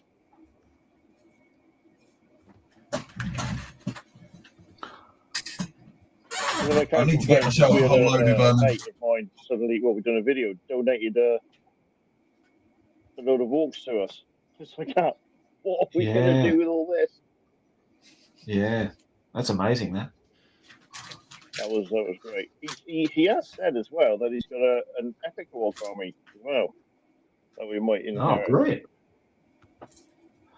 Well, Danny can inherit that. Sure, You've got enough epic stuff. See, orcs is one of those ones where I've always wanted to play them as an army, but I've tried painting them as an army myself, but because there's so many models, like, I don't really gel with horde armies. I find them really difficult to paint for myself. And orcs is one of, especially the second ed and Rogue Trader era orcs. Every single model is so detailed that it's virtually impossible for me to treat them as just basic troop types and not go mental on them. Yeah. So it's so like an orc army is one of those ones that I would just never get finished for myself. Yeah. Oh boy. Yeah. Post second edition, the orcs just went downhill massively. Mm-hmm. Just like the models and everything, look, feel. See, I think they're starting like some of the Games Workshop stuff they're doing now for orcs, especially their vehicles look like they're quite fun looking. Like, they seem to be going, I don't know, like, I haven't seen all of it obviously, but like the vehicles definitely, some of them look quite mad. Yeah. I don't know, orcs have just lost their fun. Yeah. Hopefully they're going back that way, but I mean, especially Road Trader days when all the orcs were all different, like you say, they all looked different, they all had their own little personalities. Yeah. Crash and burn. And their rules as well. I mean, second edition for like second ed orcs are just like their vehicle rules and stuff like that. They're hilarious. Just bonkers, aren't they? Yeah. I just love the one. What was it like? Was it a Scorcher? I think Richard. I think you were using it, Rich, in one of your games or something, where the driver, the guy riding the Scorcher got killed, so but the guy controlling the gun didn't. So things just going out of control for like 2 turns or something like that, with the orc on the back just squirting away with the heavy flamer as he goes. It's just like, yeah, that's just amazing. Love it. I think that was why I always loved Gorka Morka so much, because it's orcs and I could go just as nuts painting them, but there's only about half a dozen of them. Yeah. Gorka Morka's one. I've started my little collection of them. I've got some boys and youths so far. I've got some parts for some vehicle. I think I've got the metal parts for the rocket buggy and the metal parts for the grabber truck. So I just need to pick up a buggy and a truck and some bikes and stuff. And I really want to get one of the original Gorka Morka knobs, the bosses, whatever they were called. They were so good. I used to have one. I never played Gorka Morka back in the day. I didn't. I've only just started playing it against Jason now. There's certain games I completely missed. Yeah. Necromunda as well. Didn't play that. Are you enjoying Gorka Morka? I wasn't initially because I think the first game it was really bad. I didn't understand what was really going on. Yeah. The second game, I kind of got an idea of how the game should be played, and it's not a case of fighting to the bitter end. It's just nick the scrap and get out of there. Yeah. It feels really odd. It doesn't feel like a complete game. But then I lost a truck. And in the rules, that truck was captured as loot, and I had a chance to go and get it back. And I said to Jason, if I don't do this, I'm going to have to disband the gang and start again. But as it happens, I managed to nick the truck and get it off the board, which came down to 1 dice roll. And I was surprised how excited that was. And because I had taken on a gang with a lot more experience than myself, because Jason's done all the games sort of thing. Yeah. It had a massive effect on how good my gang became and how much teeth I got, and I could suddenly buy some extra bits and pieces. So this game this battle we done 4 or 5 weeks ago now, that's going to be released next week. Okay, cool. It's a right stomper. And I'm actually, it's the only game I seem to be winning at the moment. So it's actually quite good. It's getting to the point now where the tables are turned, and I seem to be getting away from Jace now, and he might have to redo his gang. So this I bet he hates that, doesn't he? Thank God. Yeah. So this game, what would it be? We'll release it next week. Is a really good game. Oh, look out! I'll go look out for that, mate. It's a stonking scrap we have. But yeah, it's just I was surprised how good it was. But yeah, I never got to play Necromunda or stuff like that, because we were so we were in a garage and we were quite isolated, and we just done 40k and that was it, and didn't do anything else. I've just seen my gold flashed up. I've got 15% left, so I'm gonna have to go in a minute. And to be fair, I've only had 4 hours. I think we might have to call it soon, guys, because I've got some stuff to do today, and I've got a headache, a bad headache coming on, I think, like yesterday. Oh, nightmare. So yeah, mate, it's a fucking horrible bastard of a thing. It's like a migraine, and you have it all day. So it's not a hangover, as some people might be alluding to, but yeah, you get a lot of. I had lots of like the low pressure. What do you call it? Low pressure. The atmosphere, low pressure atmosphere. Yeah. Here, and I just get headaches all the time. So unfortunately, I think I might have to call it soon because getting off the screen time will be better. And I know Rich has to go, and we've done really well. 3 hours 15 minutes. I think that's pretty amazing. That's been great. I dare say we're going to have a We've got busy some day painting done. tomorrow. Yeah, busy day tomorrow. I've got to get all the stuff ready for like get the foodstuffs and all that kind of stuff ready for tomorrow, because tomorrow's obviously New Year's Day here, so we have like a big lunch here. Yeah, same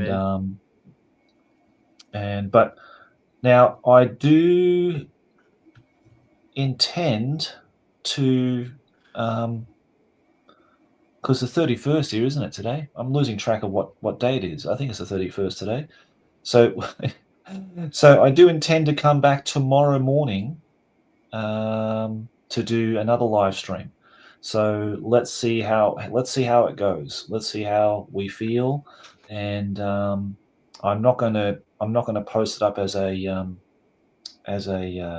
not going to book it in, basically. I'll just see how people feel tomorrow morning, if anyone's awake or if anyone wants to do it. I think Danny says it's going to be quite sloshed, which is fine. I mean, I'm quite happy to sit here on a couple of drinks as well tomorrow morning. To celebrate the new year ahead of you guys in the future. And if you want to do like a countdown thing tomorrow with my UK and US friends, then that's great. But if not, then have a great happy new year. I'll say I definitely won't be able to make it tomorrow, mate, because we're having a. Nah, that's fine, mate. Family, so that's fine, mate. No, I wouldn't expect anybody to do it. No one's. Oh, mate, if I could, I would, because I've achieved so much.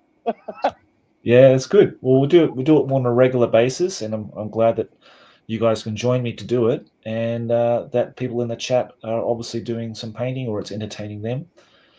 Sci-Fi, thank you very much. Historical Doppelganger, Planet Tobel TV, and anybody else who's watching, thank you so much again for hanging in with us. Colonel Billington as well, GM Cody, and Matthias, Zivago H, Chris as well. Maybe they're still there. So thanks again, guys, for tuning in.